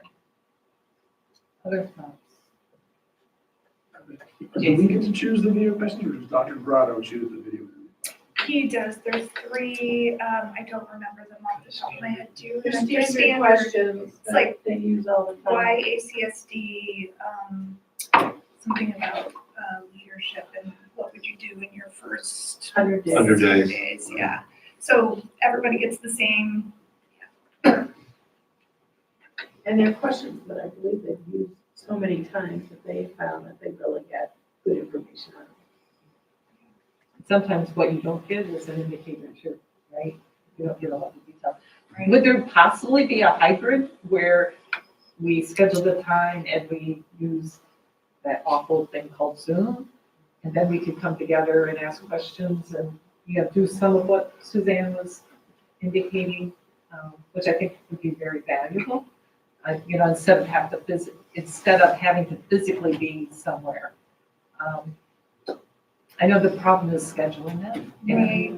So do you mean, I guess just for clarification, do you mean watching it together just over Zoom, watching Yeah. videos together over Zoom? Yeah, and then basically coming together at the end of the video and going through, questions and each individual identifying kind of their initial observations and thoughts as Susan had indicated, which sounds like a good process. And Joanna? I would agree with Jamie. I think watching it on our own time when we can be present and focused, but having each of us having the same sort of standards or rubric to go off of as we're watching them, like what Ellen was saying, and then coming to the 11th ready to delve into that right away. That's what I would think. I would just caution that, if you're watching that on the home, it's just you and your computer. It can't be anybody else, because these are highly confidential, because some of these people have not told their bosses that they're even looking at for sure. So the 11th is dedicated totally to discussing these videos. What? The whole candidate package. Yeah, Right. but we will, in other words, I guess, we'll be reflecting on those videos then. Exactly. Right. The goal for the 11th is to identify who we want to interview. Now, they Right. we may have Be a such a choice. small Yeah, right. that, it's not a lot of time to decide, but Okay. but that's, Yeah, I understand the convenience of being able to watch them at home, but having done the process where we all sat and watched the videos, a lot got done, and a lot of information changed hands that was fresh right there, and everybody was, talking about what was up on the screen, not something that they watched a week ago or something like that. So I understand the convenience, I'm not gonna stand in the way of doing it any other way, but, I thought it was really valuable that we were all in the room watching the videos together, being able to react to them, as a group, so. So since we may be limited on how many candidates there are, would there be the opportunity to use the 11th? I mean, do we need to really? It's possible that we could use the 11th for, like, if we still have a very small pool, this may be an issue, we just Yeah. use the And then- 11th. So maybe we'll just know more tomorrow. Yeah, I mean, that might be a way to do it, and then we have that time scheduled already. Yeah, and just circle back. But yeah, Does that sound reasonable to everyone? The only thing I would throw out there is that some people, it definitely takes a little longer to process. And so if there's the option to still watch at home confidentially and then to come to share that experience as a group to keep things fresh and keep the conversation very present, I would love that option to be available. Because again, sometimes you watch something, think about it, Yep. and that's an important learning process. Yep.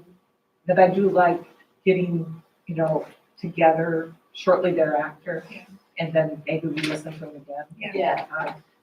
Because there's a lot of value of bouncing off each other that I think we miss by ourselves. Okay, so, And maybe sorry, we can come to agreement with rewatching, not all of them, but maybe there's consensus of rewatching one or two. Yeah. Right. Yeah. Yeah. That makes a lot So of sense. it sounds like we're compromised. So that sounds good. We'll just have a better sense tomorrow, and I'll touch base with Dr. Grotto and then circle back with the group. So, Yep. Okay. Steve? Point of like the schedule that's going on, the 11th is not that far away. And we're still having like the decision as to whether somebody's gonna do a video interview. How long does Mac and Jake need to make those videos? What's the deadline? So I What's the believe, earliest we could see that? well, so it's, my understanding from Dr. Grotto is that the window closes tomorrow. He's been, doing the vetting process, and that by like the 6th, we would have access to videos. So like they would have a few, like, They a week or so. Good video. Yeah. That's a week, yeah. Yeah. Okay, so that's that issue, and then the next thing would be for us as a board to figure out how we want to identify and invite stakeholders into the process. Now, a couple of key things. One is that we want to make sure that folks understand that this is not, that they're not interviewing, that they are providing feedback on the candidates that we have selected. But obviously, they can be welcome to, as a group, bring their own questions. But I think some of the things that we want to think about as a group is, do we want to make sure that the folks who show up are the same folks so that all of our candidates are talking to the same people and are asking the same questions so that when both the stakeholder groups are listening to responses and comparing responses, they're comparing apples to apples and the same thoughts. So, and then also just wanted to make sure that you all got the feedback form that Dr. Grotto had sent to us that we would be providing to each stakeholder group that has some suggestions for questions and then a way for folks to, write down their impressions of each candidate and then give that back to. Did everyone see? Yeah. Good. Is there a question on that? Yeah.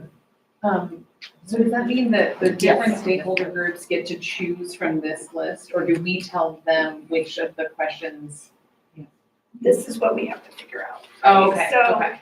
That's all for I us can to imagine that, some of them might want to just use the questions on the feedback form. Some might have a special interest. For example, those folks who had emailed our board about, special education and interest in special education, they probably have much more specific questions in mind about a candidate's interest and experience in special education, for example. So I think that's the thing, we've got to first identify how we want to identify these folks, and then what do we want to instruct them to do.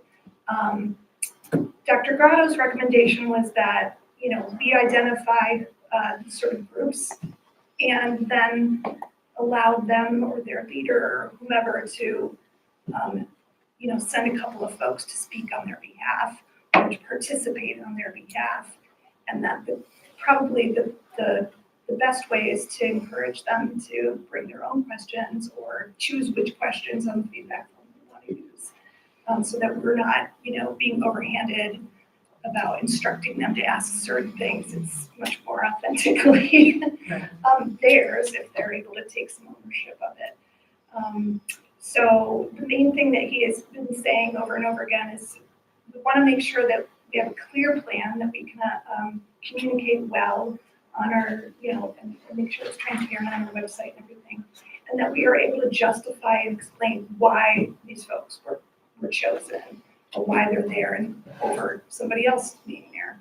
So that's just something we want to make sure that we're thinking about. And one point of clarification, when, that I haven't wrapped my arms around, my head around, stakeholder groups, do they have individual sections with the candidates?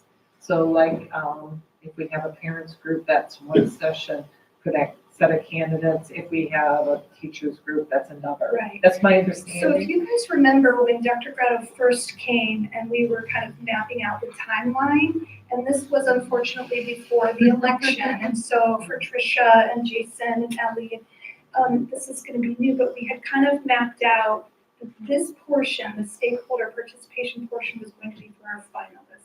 It's not for the initial first round interview, so it's going to be the early May on the second and fourth. Yeah. And that we had kind of, I remember Jen New Cedar was sort of driving the bus with the computer over there and typing out the schedule. We had kind of drafted a, like in the morning, meeting with parents and meeting with teachers a little bit later and so on. So we had kind of, to your question, Barb, identified, pockets of time where, yes, these folks were directly meeting with these groups. Helen. I have a question for you about that. Will us board members be present for those discussions as well, or just seeing the feedback? I think it's just intended for those groups. We have our own dedicated time. And then we would be relying on those feedback forms from them. Just like how when we were first trying to get feedback from the community on the preferred qualifications, we were trying to make it so that we're not like moving over while people are trying to answer those questions. So, yeah. And Steve? Dr. Grotto, you were here when we were talking to him about this. They record in great detail on the comments of the stakeholder groups. It's just our presence in the room kind of, can impact that. And so they said we shouldn't be there, and they will report back. And based on what we saw at the Career Center when we used Mac and Jay, they did a very good job of saying the comments that came back, summarizing them and saying, not just the individual comments, but as a whole, what the group wanted to have, who they were going to recommend and all that kind of stuff. So Mac and Jay does a really good job of reporting back to us on those stakeholder groups. And they really feel that it's necessary that we not be there. So that's comment. And Brian. Yes, I guess I'd like to suggest after listening to the various conversations that maybe the executive committee put together their idea of the groups of stakeholders that ought to be involved. And that information be sent out to the rest of us to comment on, and then we can supply our comments, and then that total list would be created in that process, using that process. Because there are so many groups out there. There are just too many to incorporate, but you have to do your best and make a decision as to who really needs to be there. I think by compiling the information, making the comments, that will be a good process to use. Just a quick follow-up. I mean, one way to consider is to just, as a starting point, think about how we organize our stakeholder groups for the initial part of the process, right? We had parent, opportunities for parents to come together with Dr. Grotto. We had opportunities for administrators, for teachers and staff, and for community. And so maybe those are sort of the big buckets, if you will. And then we might want to think about, okay, so among both teachers, administrators, and parents, like maybe there's and I keep thinking of the special education because those are the folks who've been emailing us. Yeah. But, perhaps, so there's a couple of layers of sort of sub-communities in those big buckets. Like one is obviously by school, right? Another one might be, special education or I can't think of anything off the top of my head. Comment? So, What I would add to that is a group that isn't even considered by the state. And that's a gifted and talented group. It is, the state has completely ignored it. And if you're going to be considering special ed as a special group here, I think we ought to consider the other end of the spectrum as well. Jamie? So let's say we have 3 finalists, just make this up. And we have, you just listed, I think, 5 interest groups.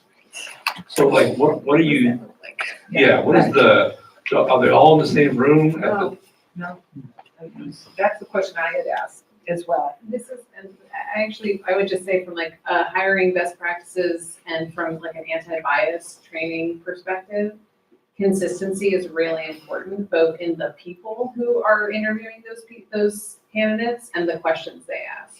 Because the more the questions and the people vary, the more likely all kinds of, you just get bad information, but also people just go where their inclinations take them. So whatever we decide, I think, I don't know if you had said this, Mary Heather, but I started to get a little worried, like, oh, are there gonna be I know that the way that we did it with the feedback, it was whoever showed up, right? And that's kind of, and that makes sense for a public forum, but once you get to the stage, I think it has to be really consistent. I agree, yeah. And I think, just to follow up on that, I think we must, once we identify sort of our groups or buckets of people, then we need to be clear about, okay, people who are invited, we have to be thinking about how many and having them commit to each session. And then, have an agreement with them that whatever questions they come up with, that those are the same questions for each candidate. So I would agree with you. We definitely want to be as consistent as possible. And Suzanne, sorry. So that is the piece where you lean real heavy into Matt and Jake, because they will do that. They will ensure that if you say that parents group, a students group, a teachers group, a staff group, an administrators group, a community group, that whoever those chosen people are, that they realize that we are committed to saying it's 10 to 11 for their group for 3 days straight, and that they have to be there, and that, they'll give them a piece of paper as they walk in and say, these are the questions you guys are wanting to ask. You choose who asks which questions.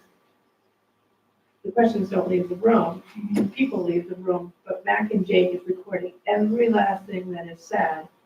And so therefore, you're keeping the continuity of the group, the continuity of the questions, and Mac and Jake is the only person that has all of this information, and they report it back after the board has interviewed each candidate. So you interview a candidate, and then Mac and Jake will tell you what all the stakeholders have to say. And then you get the next candidate, and then they'll review the feedback. But I would not want that job scribing for those groups, because they get everything down. And they do leave out the swear words, if there are any, but they are very, very good at it. But to clarify, I think both Jamie and Barbara, I think the idea is to have the candidate meet with parent stakeholders. Right. Yeah. Right. And then at a different time meet with administrators or teachers, so that it's not like heterogeneous. Yeah, exactly. Right, and it's the One same candidate questions a day. in this, Exactly. period.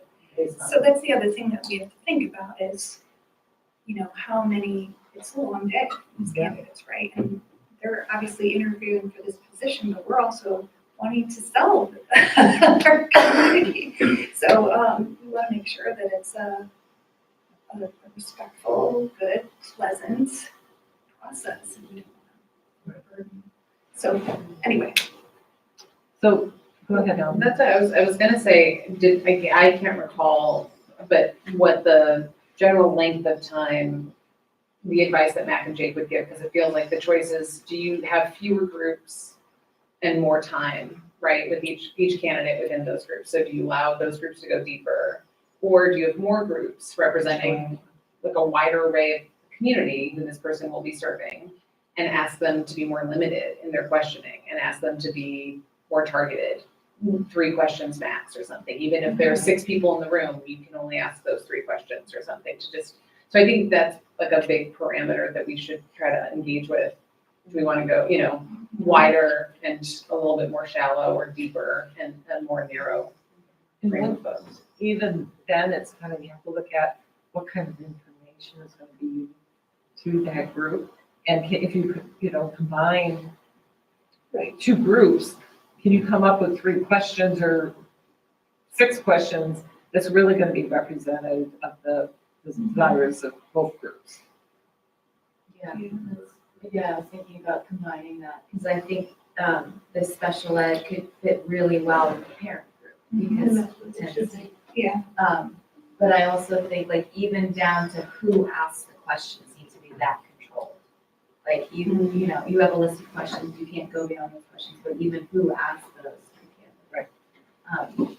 That should all be clearly laid out. Yes. Right. I guess personally, I would like to feel that the community, after this process is carried out, feels that they have been represented and not some people feeling totally left out. That is very important. It feels like if we gave people the option to choose their own questions, but then ask them to limit their time or their number, then they have that autonomy to decide how to prioritize that time, and it's not as much of the board controlling that time. Jason? Forgive me, is there also a plan to have a public forum for the finalists? Just the stakeholders? I'm trying to remember what we, It was like a I didn't see coffee. that. didn't we have, We had a coffee. Yeah, there's like a morning 8 a.m. thing. morning, Yeah, and but it then, wasn't a But question. it wasn't a question. It's no, meeting the it's candidate. just meeting, yeah. It's interesting that this was a high school, it seemed like that was such a big hit. Chip, you were pointing out that how many people like that Zoom engagement. It was a lot of So people. There were 79 people. 77 Yeah. people on it. There were a Yeah. lot. But the one thing that around the high school one was that there were, if you wanted to compare the answers to the questions, you couldn't. Right. Because apples, oranges, Yeah. grapefruits. I was thinking as like a So- last stage, like meet similar to the high school, Yeah. of just like each candidate kind of presents themselves to the community without the same structure. You had different questions that asked each person. Yeah, it was wide open. And I suppose if you wanted to do that, you could do a 5 to 6, meet the candidate or something, and then the board does the interview afterwards, which is, I think, what Burlington did is their process. They had the community in first, and then the board interviewed. And then the next day, they did it all over again, and the community was just a meet and greet, and then the board interview afterwards. I mean, these candidates realize they're gonna have a long day. I'm liking this idea, and I like it maybe more, like if they are having a long day, the 8 a.m. donut thing that we talked about, like, maybe we could use that time for something else, and then have this grander, or what, I don't know what you call it, more generalized forum for everybody, instead. I don't know, it's not like you really get to meet and greet someone anyway at a breakfast thing, and so, and do it on Zoom, which would be, Get more great. people. Yeah. More people. Like the high school. Yeah, and I think so, if you have these very controlled experiments with the stakeholder groups, that's great. And then you have this other relatively open thing. The combination, I think, works well. And then we could use that 8 o'clock for the stakeholder group. Yeah. Right. Right. Do we have a sense that we have really interested stakeholder groups with multiple people from each group that want to be a part of this? I think so. I think so. Oh, yeah. Yeah. Yeah, and so I guess the question, you know, we've got to be thinking, obviously this needs to be figured out well before May 2nd and 4th. We want to make sure that we give these certain groups enough time to sort of self-identify their interested folks. So we need to be thinking about the parameters, like how big do we want these stakeholder groups to be? And you know, do we want to do it? Do we want to say like, okay, parent groups, a few from each school community, making sure that some of them include special education parents and parents of, you know, I guess we need to be thinking about the parameters that we then give. I would say, select yourselves. Yeah. I'm curious, Steve and Suzanne, how you all did it for the Failure Center. Well, it was interesting, there was two of us that chose the group. And the way the student and the staff groups were chosen, an email went to all students and to all staff and teachers, and just asked, you know, who wants to be on it? And did you provide like a limit as to how many people? I don't think we did. No, We said you have to come The only 3 days. thing was you had to come consistently. 3 days. You had to commit to that. Okay. And a lot of people. That was great. Yeah. So, When we get to administration, they kind of whittle themselves out because unfortunately, the last time around when we did it, a lot of them were out of state. Yeah. And so those were the superintendents. We did have some administrators from buildings that could show up. Community they were great. I mean, business, so we had community, you had business community. And they were all very wanting to be there and wanting to be part of it. So, you know, it just was like an email out because to get to the business community, we went out through ACRA and through United Way. And, you know, the regular community, we sent it out through student emails, and then the Career Center also has like an alumni database, and it went out through that. And so we didn't have any problems filling. And I think the biggest groups we had were probably 20, but the stakeholder groups were kept to an hour in length, so that, you know, and they all asked the same questions. So this group A, over 3 days, asked the same set of questions. And they managed to get them done, but the one thing we found out is that some candidates just talk. And then it was like reminding, well, you have 5 more questions to go and you're down to 10 minutes. Yeah, exactly. So just a logistics question too. Did you have the candidate in the same space where the groups changed, or did you have the candidate go from point A to point B to meet with different groups? How did you handle that? Groups changed, with the exception of one group that met over at North Campus. So like the candidate went to lunch with the interim superintendent and then ended up at North Campus. So it was a natural break in the day, like you get lunch and then you go up and then play.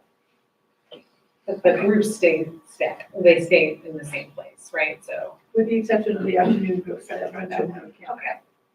And this, I'm So sorry, we we're have- getting granular here, Yeah, but right, yeah. So for tonight, what do we need to do? Identify the groups I think we I need to think have so. an agreement on the groups and perhaps how we might reach out to them. to them to populate those. And, you know, so I guess, you know, to me, an ideal group would be like a couple of parents from each school community, right? So I want to make sure that, you know, there's that. So, and maybe it's just, okay, we get the word out and the first people to sign up. But I also worry about like, you know, making sure that we're reaching people who are not always the same people we hear from, that we're, you know, reaching out to people who might be working a bunch and don't check their emails school year. And so, I don't. Well, and that, I mean, even just on the parents group, so that's 18 folks right there. If we're also combining CPAC, right, or special education with the parents group. I don't think that's bad. It could be a big group and depending on how much time we give them and the question limitations, but just recognizing we could be talking about 25 people pretty quickly in at least one group. Yeah, but the other thing is that CPAC are parents.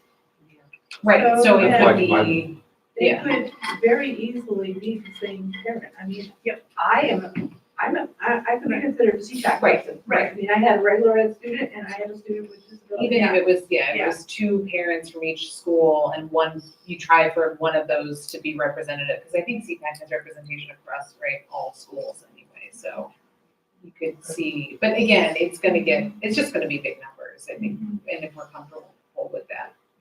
Or if you say, 9 schools, 2 each or something, I mean, there's That's almost 20 right there. To me, yeah.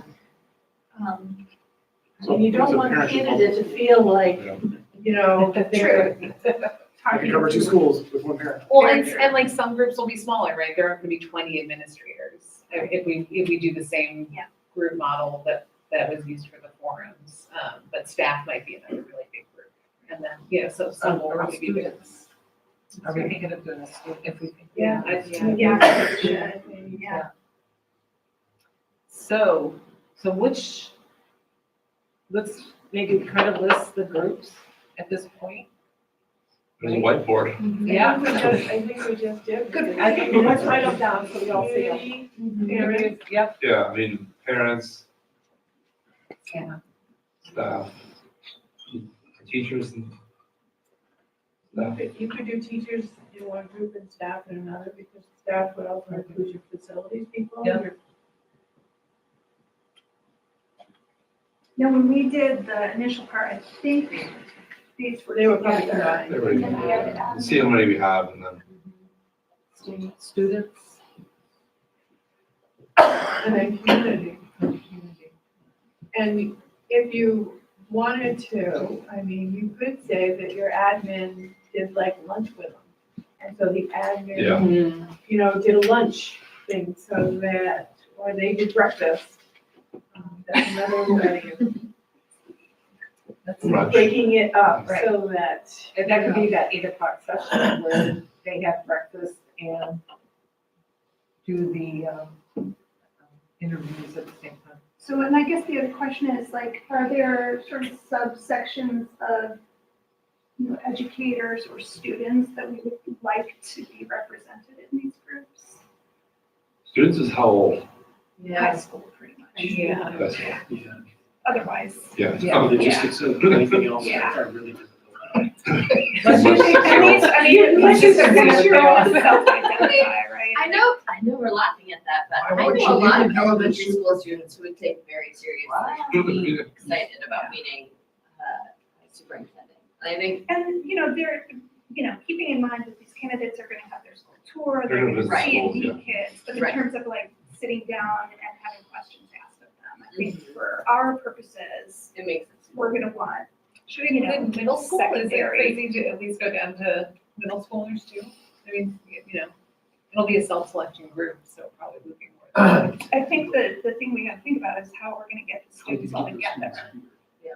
So, I mean, this is where logistics. We're not trying to figure that out tonight. No, No. I mean, it's getting late. Although if you're, Yeah, something. if you're talking about here, this is a walk from the middle school. Like you're physically talking about here. Right. But again, don't need to.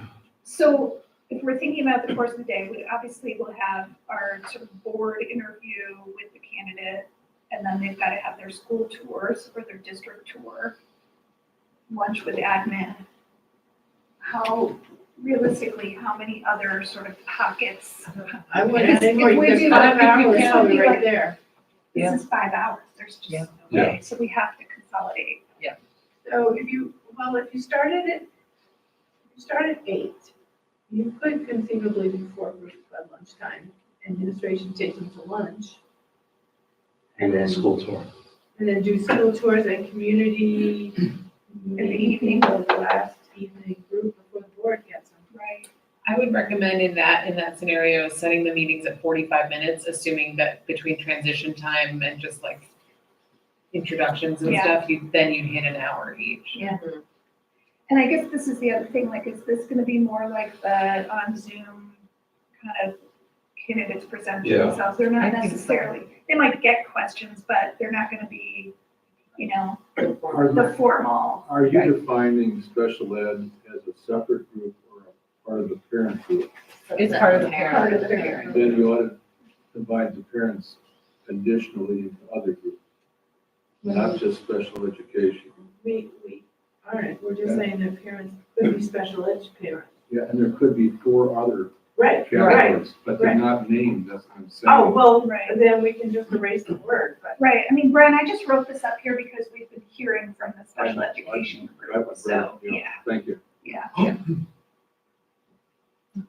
So if we take off community and make that a Zoom thing, Right, then we have 5 hours, one of them being lunch.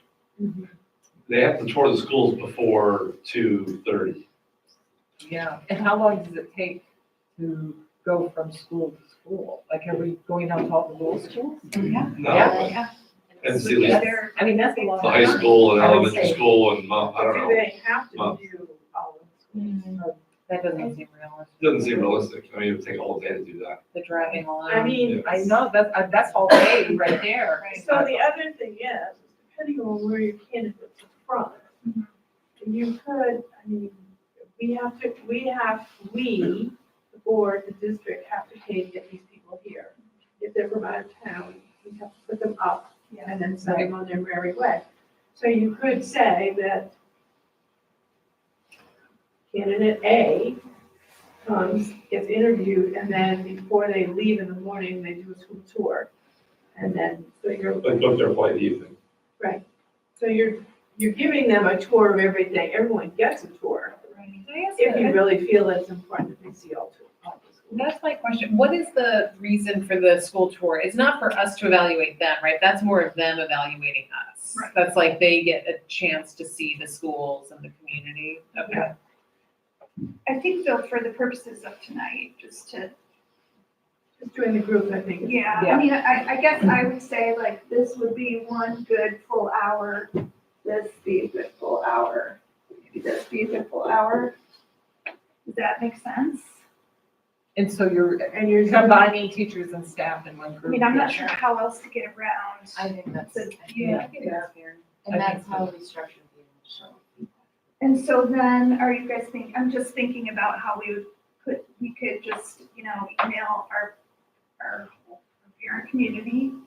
Do we want to just reach out to the union reps and say, okay, we want, That's somebody what I'm from each thinking, school, yeah. please, or a couple Yeah. people from each school, Yep, let them decide. and same with students, we'll just, have the principals put out Yeah. or something. Well, and so do the students need a full hour? We're talking about it being a few, high school students only. Their time commitment, their availability, all the things. Right. Would, Probably- yeah, it would I probably mean, have would to that be be a during, like, our disservice? lunch. Right, And we're going to be out lunch. right, Right. Or kind of the end of the day. Yeah. But then that limits who can participate Right. because of transportation. Yeah, we'll have to think about exactly how to work these guys in, but. but if we're thinking about, just from a schedule timing sort of thing, I think, teacher staff, yeah, definitely fill an hour there. Parents, no problem. High school students talking with potential superintendent, I would think that a half hour would work for that interaction. Yeah. Yeah, I think that's Yeah. a good point. You'd be surprised what the students will ask and say, because they spent a whole hour with the superintendent for the career center. They had the same amount of time as everyone else, and they filled it. Okay. So with the parents, recap for me how we were seeing, identifying who would participate, how would the selection I process mean, I work? guess this is the question, we could send it out. My preference would be to make sure that the call for interest goes out for everyone, but that we are requesting folks from each school community. And I think that would be up to each of us representing the various, because we're elected from our town. Right, exactly. And so I would go and I would speak with Matt and the parents and say, hey, we need 2 of you to step forward, please, for 3 days. And the district can send out, I mean, we could do it if you. Actually, I mean, I would imagine too, like, I don't know how it was done for the Career Center, but I mean, this is something Mac and Jake does all the time, and this is basically the process that they recommended. So imagine they would have, okay, here's what you do. They do have an email. Yeah. So everybody knows it's happening, Right. right? And then, per your suggestion, each of us could then reach in, and then in Millbury, you can kind of divide it up, right? Oh, so that's interesting. So We I decide. mean, For I Millbury, think the request it's for should, school, but you want more I think the for, request should come from either Mac and Jake or from you, Barb, as, you know, the board chair, you know, kind of overseeing the board's effort in this, you know, so that it's consistent, quick. We know everybody's been contacted. Obviously, you're going to work with central office to get email out, but Aren't the parents gonna have greater limitations? I can see that the other groups are sort of canned, they're in location. right? That the parents, you made exceptions, I think, for the meetings, the times and Yeah. the opportunities. I think the parents need the same thing here. Yeah. I don't know how to construct it, but that's what they need. And I think you'd also have to be really clear about what the time commitment is, not just in theory, but in Yeah. schedule. Yeah. You need to be available these days for these hours. Right. Like, I know I was involved with the hiring committee at Salisbury when we hired the principal recently, and I was the only parent from Salisbury that volunteered to do it. And when we did the meet and greet thing, I think 3 parents came, and it was really hard to get any engagement from the parents. yeah. Would it make sense to offer 2? One a morning session and, you I know, mean, I think, again, we've got to just identify, because we're, you know, we're going to have the community thing, all parents can know this. Yeah. But in terms of the parents who are going to provide us feedback on our chosen candidates, I think we need to, you know, have a consistent time and. yeah, I was just thinking of the ability to, you know, it really limits. I know, but I know. again, we're getting a stakeholder group, it's not, you know, everybody, Suzanne. So, I think we've got our groups, and I think we can work out the details later. I mean, it's 5 minutes of 9, we haven't gone into executive session to decide on our questions. Yeah. But I do have one question, which is if 10 parents from Bridport reach out, what's the decision? Is it just first come, first served? That's my only question that I think we should decide. Like, what's the determination of who, if interest exceeds availability, what's the cutoff? I would put that, not on us necessarily, but on the group. I would have. Like Bridport The decides? principal Okay. would decide. Yeah. Okay, I the don't think principal? that's for us to Okay. decide. That's Yeah. nice. I would, yeah. No, I agree. I just wanted to know, like, Yeah. what's the determining, because I don't think there should, okay, so you think the principal? Yeah. I don't want to. Okay, I think we've got a plan, I think we should. move on. Okay. Yeah, Good. thank you guys for your Thank you. patience. Thank you. So we So, to, yeah, so at this point, can I have a motion to go into executive session? And the time is what, 8:50? We can't go into executive session until MTP, Right. so we Oh, would have to give we're gonna have to ourselves wait. 9:05. yeah, Okay, and it's to specifically, make detailed planning for the interview process. Yeah. And move that we go into executive session for the purposes of selecting interview questions for the superintendent. Thank you.